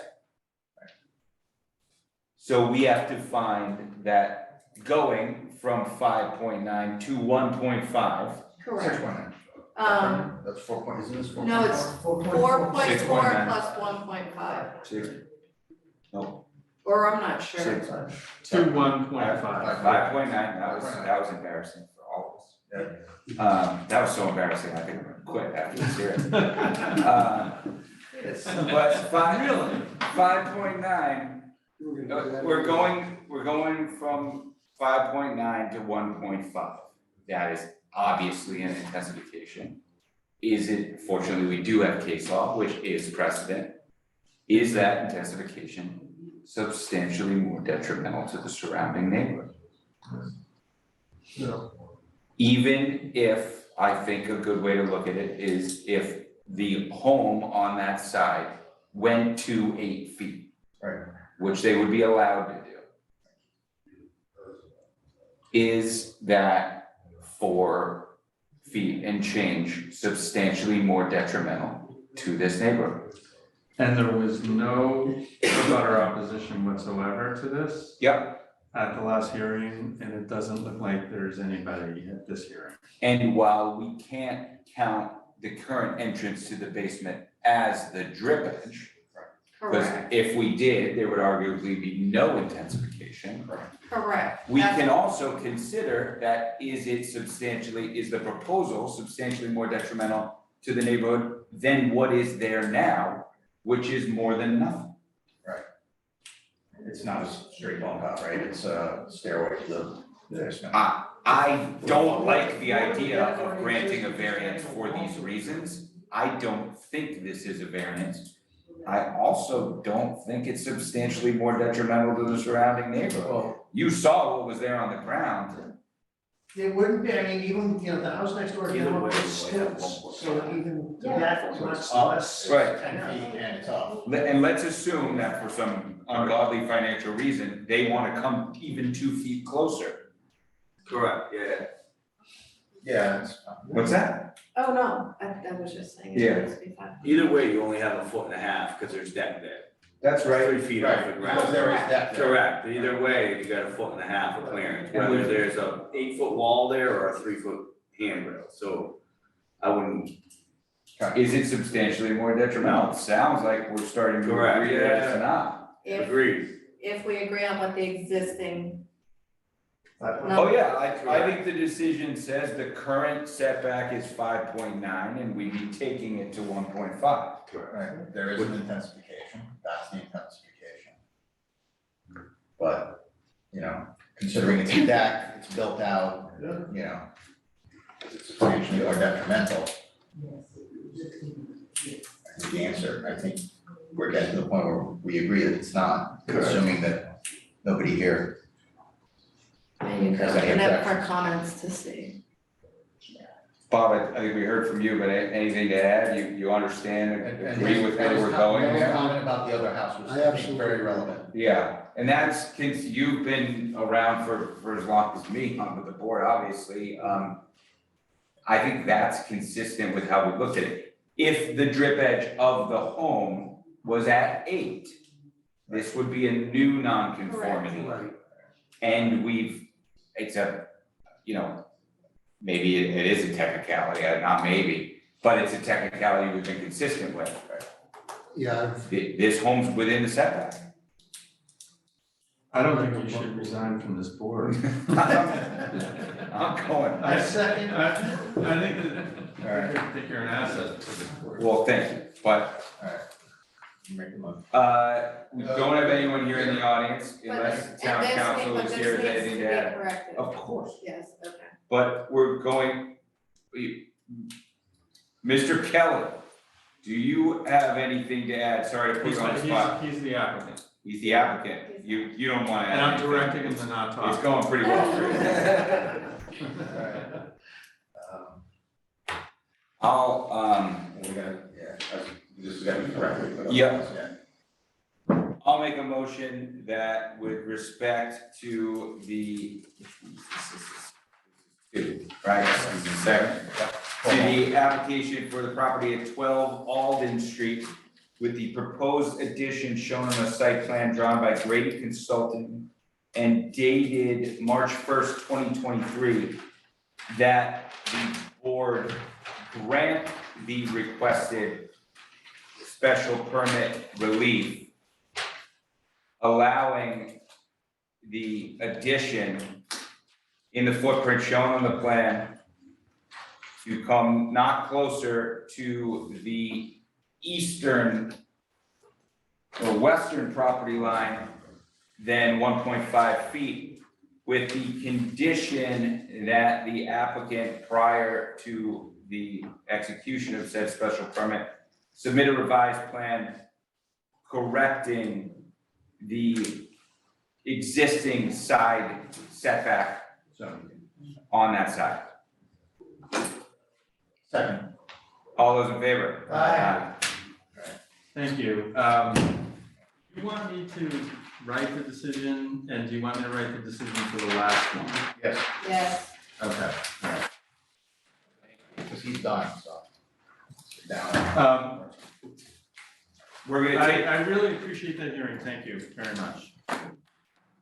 For thinking Of course, through. I like consistency, especially if no one feels that we shouldn't stop, so that's good. You want a break? I need a break. Like 30 seconds, but yes. Yeah, but we all need to. Yeah. You are denied. Yeah, that would be bad precedent. Are you Bad. gonna stay on the board? Yeah.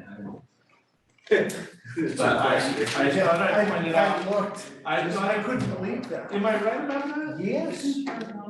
On the board, Health, or at least the website. She's on the Board of Health? I don't know that you can believe all our websites. can Well, you? yeah, except I looked at, There you go. I looked at the most Something recent, politics. I looked at the most recent minutes and she's in the minutes. Really? Oh, okay. Geez, you do your homework, I better be careful with you. I told her, I'm gonna figure this out. Justin, what's your background? I'm a general contractor. Yeah, for like, in South Shore area, or? I'm outside of West Bridgewater, I'd say 80% of the work in the city. Yeah. A lot of interior TI stuff. So you know all this, so you understand all this well? Yeah. That's good. It's important to have people that have skill on this board in particular, you know. Think we can do this in 10 minutes, Kevin? I already talked to him. What do you think of before? What's that? So. I heard people talking back there. I was like, let's just tell me what So, you got. so how does the new energy code change your building costs? And does that affect how you guys are gonna end up going? I mean, they upped the mass save rebates, which is good, so you can qualify for those and get some money off that kind of stuff. But as far as your But everything construction costs costs, more. insulation, all everything from EV ready to solar ready, all that stuff. The environment, Yeah. You want to back out now? Yeah, I think we should back out.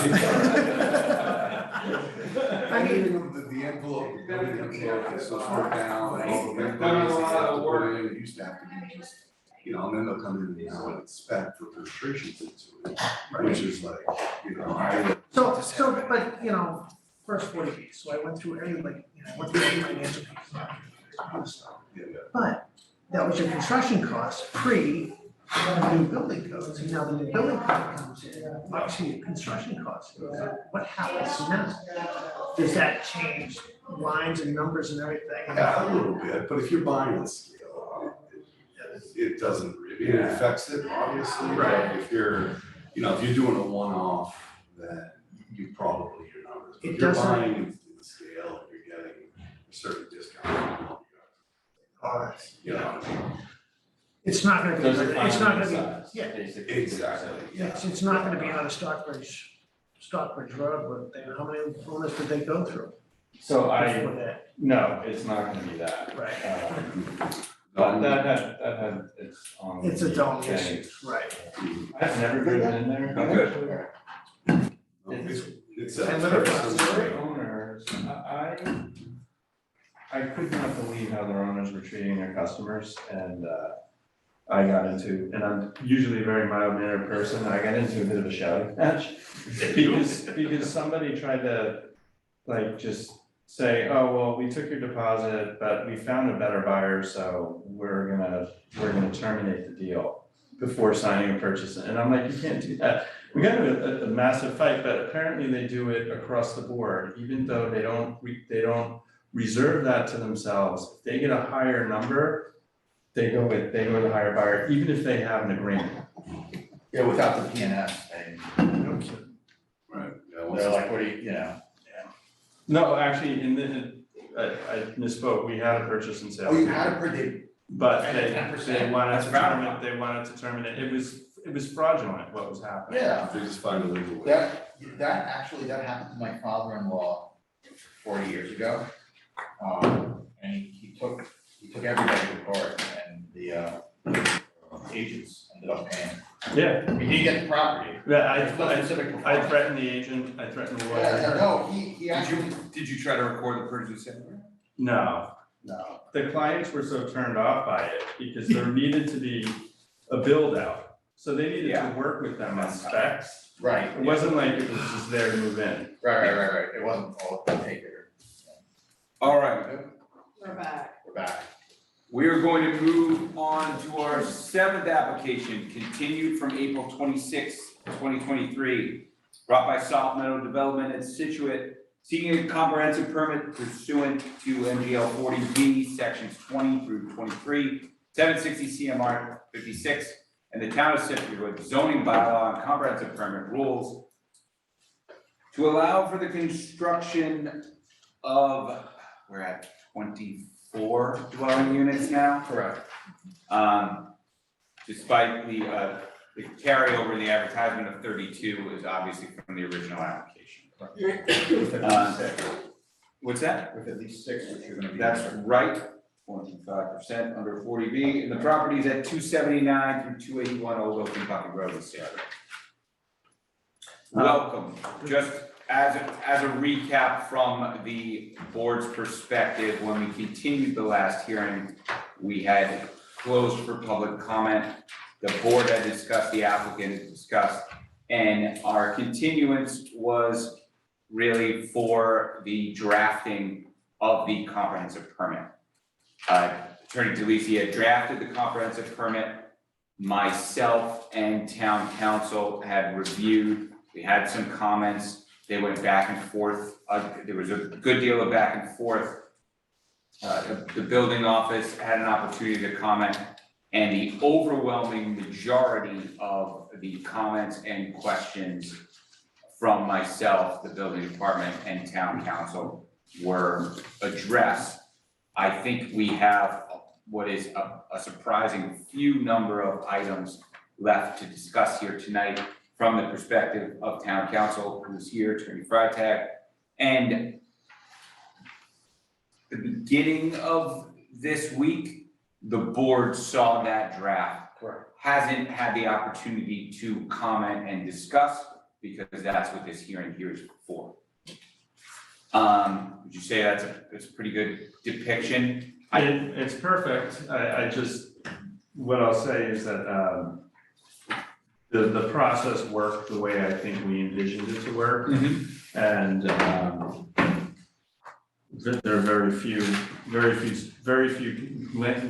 conditions that are really even to be discussed, and even those are fairly minor, so. I think what I'd like, so the board has seen the current draft of the permit, which has the benefit of having both town council and your comments and responses in it. With that, and I think there's a few items that we need to discuss, and really the two of you need to be very involved in that discussion. Where I'd like to start, I think, unless anyone objects, is whether the board has any questions or comments, and I think specifically on any of the areas that you didn't see town council or the applicant's council going back and forth on. Because I think I'd like to keep narrowing our focus, but not prohibit anyone from asking any questions. So I saw some head shakes. Okay, that's good, and I didn't either. He mirrored a lot of my comments. I think I'd like to turn it over mainly to the two of you to lead the discussion, obviously with the opportunity for us to jump back in or ask any questions we have on the sections that you feel are still outstanding or warrant a little bit more discussion. Sure, I think I'll jump in because I did the initial draft, so just briefly is, we defined out the final plans, we talked about the CMRs and the regulations and what's required. The board made the findings that are required, both factually and legally, to get to the conditions, and then the way the decision is written is just really the conditions. The one thing I'll add is that not only are we talking about conditions, we're talking about waivers, right? Because the decision specifically contains language that says the board hereby adopts the waivers, which are the appendix to the decision. Yes. And what you asked me to do is to try to kind of narrow and make those waivers as least as possible, and not give like blanket waivers, and so that's what we did. And so this decision not only is conditions, but waivers, and I want to make sure, before I start with the discussion on conditions, that the board is satisfied with the waiver section. It seems like you are, but because it's incorporated in the decision, but if anybody has any questions, I'm here to answer them. As far as the conditions are concerned, there really were just a few that I identified as maybe might need some additional discussion. There are 3 conditions which are under the regulatory conditions 7, 8, and 12, which contain language about what's called a springing regulatory agreement. I think if you could hit us with a page number. So 7, good. Yeah, 7 and 8. And Jeff, I think, just looking at it, I think it's 7, 8, 9, 11. Oh, okay. All mention the springing regulatory agreement, which I'm happy to address. Yeah, I'm not sure, I mean, that was proposed by you, and it sounds like you've had discussions with DCHD and you're not now recommending it to the board. You certainly can discuss it, but I'm not sure anyone really knows what it is. Yeah, so the idea is just that there would be a regulatory agreement that's entered into between the applicant and DACD. And some communities have found it important, particularly in rental projects, to have what's called a springing regulatory agreement, which if for any reason the agreement between the applicant and DHCD terminates, then the springing regulatory agreement sort of springs into place and puts the town in the same sort of monitoring position as DHCD would have been in or was in. I just don't think that it's necessary here where these are for sale units. You're gonna have the restrictions in perpetuity on the affordable units here. The town has quite a bit of ability through the special permit to enforce any number of provisions, not only of the special permit, but of some of the regs that are involved. So I just think in this case it's probably overkill and not necessary. And I don't see DHCD going anywhere either anytime soon. I can't envision a circumstance in which that would happen. So I think here you're fine with that. You haven't lost anything. Yeah. So if we were to eliminate the language concerning the springing regulatory agreement, we would be basically not having paragraph 7, 8, 9, 11, and 12, because all 5 of those reference that agreement. So that's really the first one. Jeff, if I could just push back for a second on that. I have you with, I agree with you on 7, 8, 9, and 11. Yeah. I think 12 stands on its own. I would strike the springing regulatory agreement language from 12, but leave the rest of the paragraph as is. Okay. I was fine with the language as it was in any event, so it would just be the language that was added and is underlined on the 1, 2, 3, 4, 5, 6 line down that says pursuant to the springing regulatory agreement. You just stay with that. Okay. Yes. Thank you, Kevin. Then Bob had suggested some edits. One of the edits that Bob had suggested had to do with Bob's ability to accept minor modifications to the plan without requiring a modification to the comprehensive permit and a hearing before the board. And what the issue with that was is Bob wanted to limit his ability to make that call, and correct me if I'm wrong, Bob, on the aspects of the project that deal with the buildings, but didn't want to make the call on the aspects of the project that dealt with the site. And I kind of pushed back and I was like, you know, I can easily see circumstances where there are changes in the field that are minor and no one wants to have hearings to deal with stuff like that. But Kevin, you pointed out. Suggestion on that. Yeah, you pointed out language that just referenced the mechanism in the. Yeah, so under the regs, if there is a modification to the comprehensive permit, there is a possibility that the modification might be quote unquote minor, and that's defined in the regs. And that can be submitted to this board, and this board can actually not act on it, in which case the modification is approved, or approve it, or determine that it's a major modification, and then there's another process that you would go through. But what some communities choose to do is actually have one layer below that process, whereby if certain things come up on site, that the building commissioner can give approval for certain changes that don't quite rise to the level of needing to go back before this board for a minor modification. And speaking with Bob, it sounds like he's comfortable with minor modifications to the building, and that regarding site, changes or modifications regarding the site aspects of the project, that those would go to the town engineer perhaps. And that instead of it being on Bob, the town engineer would be involved. And that being the case, Jeff, I think I would just suggest language that sort of tracks that first sentence of paragraph 4. We're on page 9 of 22 at the bottom of the page. It would just call out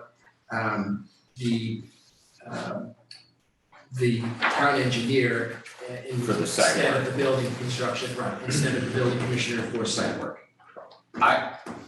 That makes perfect sense. I do have a question on that. Let's say Bob and the town engineer are both, I don't know. Yeah. And they come to this board. Yeah. Does this board need to have a public hearing to determine that something isn't substantial? Go back and look at the regs. I believe I so. suspect you would. So what? So, I was given guidance by your predecessor, again, every situation is particular, right? Yeah.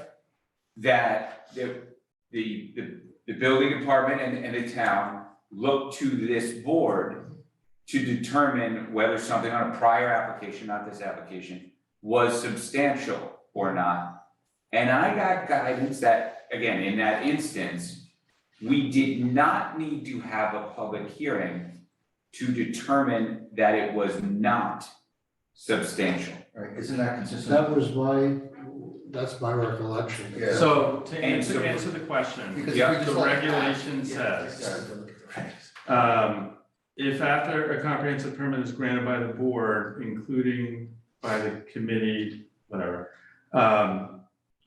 if after a comprehensive permit is granted, an applicant desires to change the details of its project as approved by the board, it shall promptly notify the board in writing describing the change, and within 20 days, the board shall determine and notify the applicant whether it deems the change substantial or insubstantial, with reference to the factors as set forth in another provision of the statute.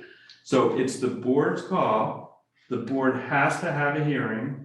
That hearing has to happen within 20 days. Does it say have a hearing? It does not say. No, it says we make. Well, how does the board act without a hearing?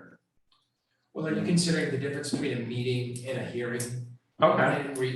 I mean, A public hearing, yeah. public hearing versus a public meeting, right? I mean, you could have a meeting So- where you could consider the change. So we wouldn't need to advertise it, for Correct, example. I think that we might would- be the distinction. that kind of- Okay. There are different rights that accrue to the public at a public hearing as opposed to a public meeting, right? I mean, in a public hearing, the public is entitled to speak. Yes. And that is not the case. I think what I'm reading. You're 100% correct. Yes. Because it then goes on further. So I think what you see there is that if it's insubstantial, if you make that determination, then you can do so without reopening the public hearing or creating a new public hearing on a comprehensive permit and a modification to it. If you find that it is substantial, then you would Then have to go back. But that determination should be happening at a public meeting. Correct. Yeah, all right, and that was mostly a procedural question, because odds are one of those or more is going to come up over the course of this construction.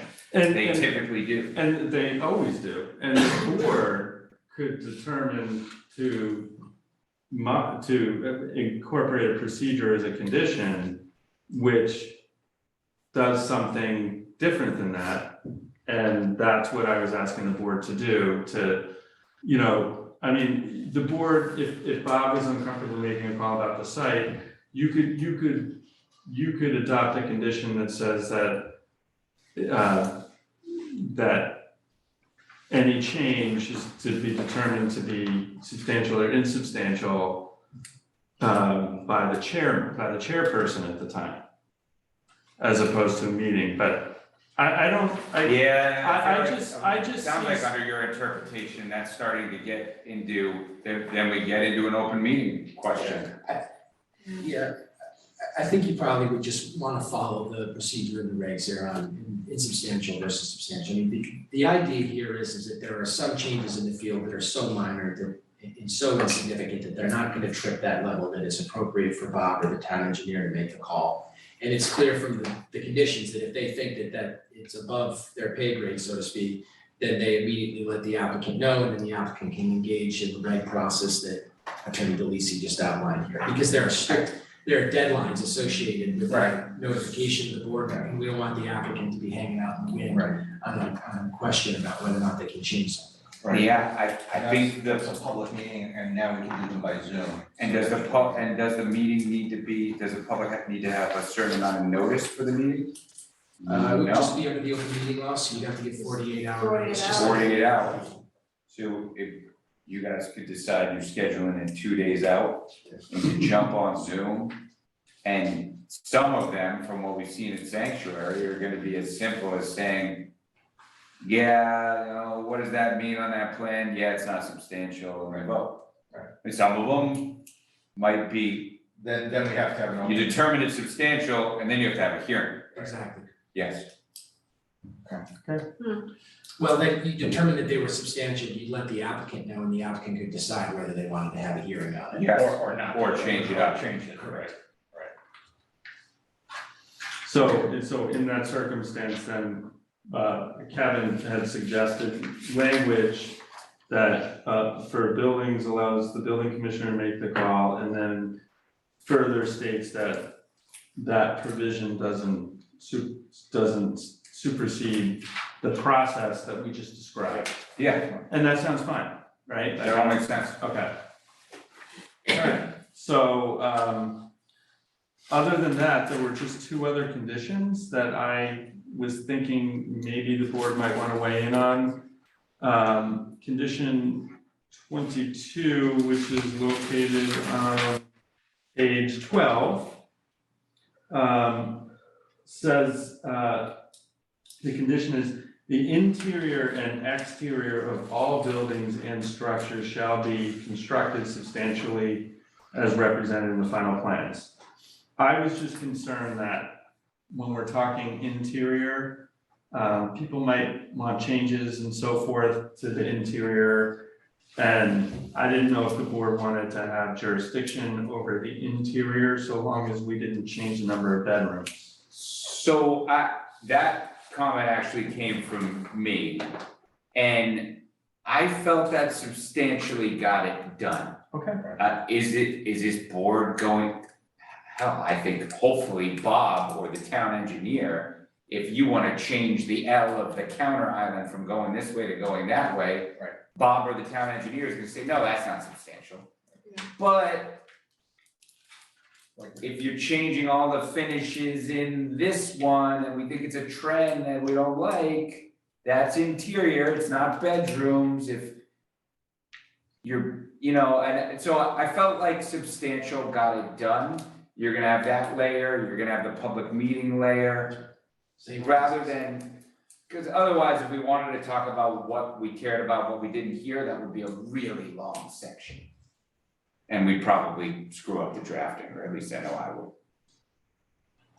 It's fine, I just wanted to call it to the attention. If anybody, so that was an initial comment that I had made to the draft. I agree, I think there are things more than just the number of bedrooms that might be important, that we might wanna look at. I think many of them won't. I made some other very minor comments just to prove that I read the whole thing. Smart man. Saw your first time. Changes that are made in some of these that aren't, different from what's being done in the affordable units, that kind of stuff.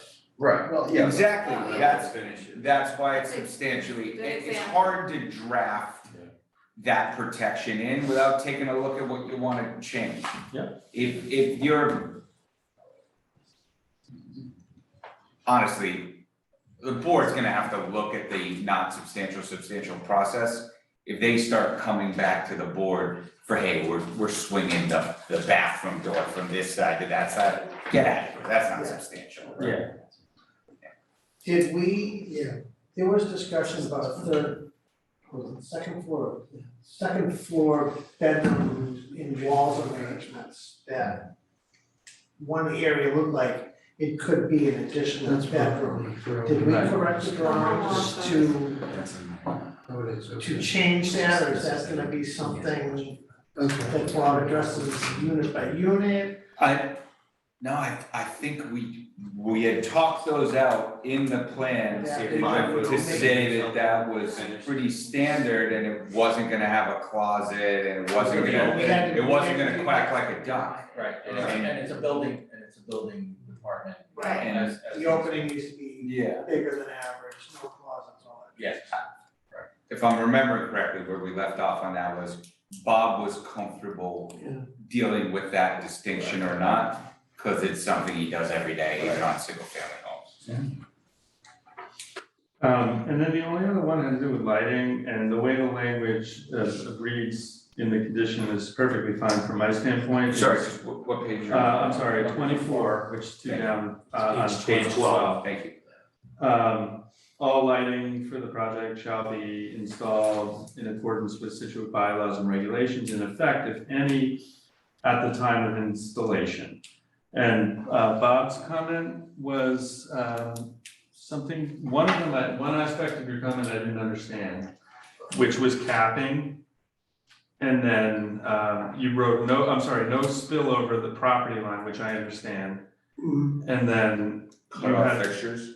Cutoff fixtures are just the kind of fixture that does control the light. In other words, a round globe that glows in all directions is not a cutoff fixture.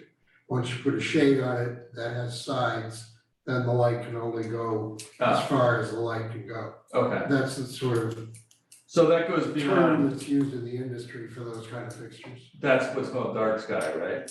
Dark sky and also no spill. No spill. Under your neighbor's yard, yeah. Okay, so I mean, I certainly no problem with that.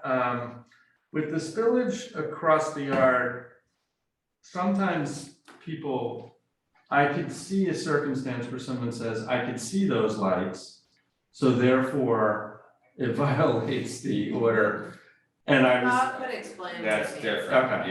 yeah. You're gonna be able to see the lights. Oh, yeah, Yeah. absolutely, no Yeah. question. And, you know, I was more concerned, although this is probably a better way to look at it, because I was more concerned with the abutters to this parcel, Yeah. as opposed to the people who live within the parcel and right next to each other. Yeah. Because they're all Yeah, gonna but be it's- in a similar situation, right? It's all gonna be Yeah, fundamentally this, fundamentally the same. So the language of the document that's in front of us does not incorporate Bob's language. And I didn't know if you wanted it incorporated, that's the only other change, or? Yeah, I think it's a clarification, and I think that language was actually in the sanctuary comprehensive permit. I think it was, and it's in all that's- planning boards, subdivision rules and regulations. Yeah. Yeah. So I think it's a useful clarification, and Jeff, to your point, you will absolutely be able to see the lights from a budding property. In its most simple explanation, if I shine a flashlight on the ground in front of Janine's desk, if there wasn't a wall here, you could be half a mile away and see that flashlight, but it is not shining on you, it is not spilling onto you over there. Yeah, I mean, it's kind of like going back to Vietnam, for me personally, just because I had like a 6-month battle with people in Cohasset over this exact issue. Because they could see lights on a private road, which. Yeah, Of course you could. I think it's pretty, we've got a pretty good bylaw on that and a pretty good method, and That's fine. it wouldn't be your first rodeo in explaining that. Yeah, no, absolutely. Okay. Yeah, we're just gonna, I like the idea of taking Just a quick comments in question, real because I time. talked to Jim at the South Side. This light. Just just your name and address again for the record. Liz O'Reilly, Wednesday. Thank you, I know. The lighting that you're talking about right now, this is street lights, or is this like the front lights on the house, the back lights? Are these more like the street lights that you're talking, these covers? Really, The lighting? any lights in the development whatsoever. Okay. So no, so you wanna put a floodlight on the back of any of the buildings, anywhere, a street light, that light can't cast beyond the property line, Okay, that's what I just wanted. of course. That's it. That's it. So just to recap for everyone, we have a comprehensive permit in front of us that allows the improvements shown on the last version of the plan that the board essentially approved in the hearing. Contains all of the conditions and restrictions that we discussed. And in the opinion of town council is consistent with where we wanted to get in the hearing. The building department is comfortable with it. This board is comfortable with it. I've had the opportunity to review it and go back and forth over it for the past few weeks. The board has seen those comments and appears to be comfortable with it now. And after a very long process, I think we are in a position to vote on the approval of the comprehensive permit as drafted with the minor comments and changes that we've discussed tonight. I think, Bob, anything else to add? No. Okay, thank you, everyone. It's a good process.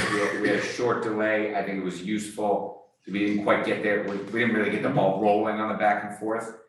And this is how it's supposed to work. This was an exemplary process of just thanking the board and town council and Bob and everybody. It took us a little while to get going, but I'm gonna make a motion that the board approve the comprehensive permit as drafted and received by the board earlier this week that we're all looking at right now, with the revisions to be forthcoming that were discussed in the hearing tonight.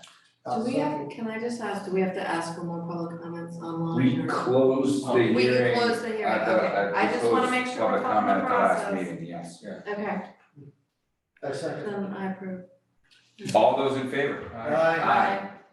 So one procedural issue is. Of course. The decision, I think that the board has until tomorrow to file the decision with the town clerk. If the board feels it needs more time, I'm happy to send in a letter giving it more time. I just wanted to notify you of that.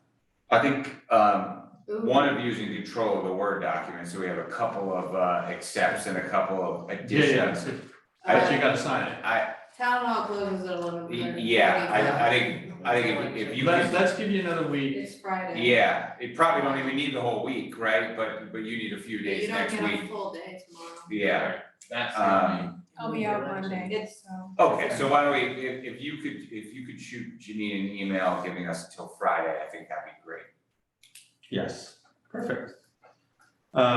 Thank you and good luck. Absolutely, thank you both. With your Good luck with the CBA. development. Thank you.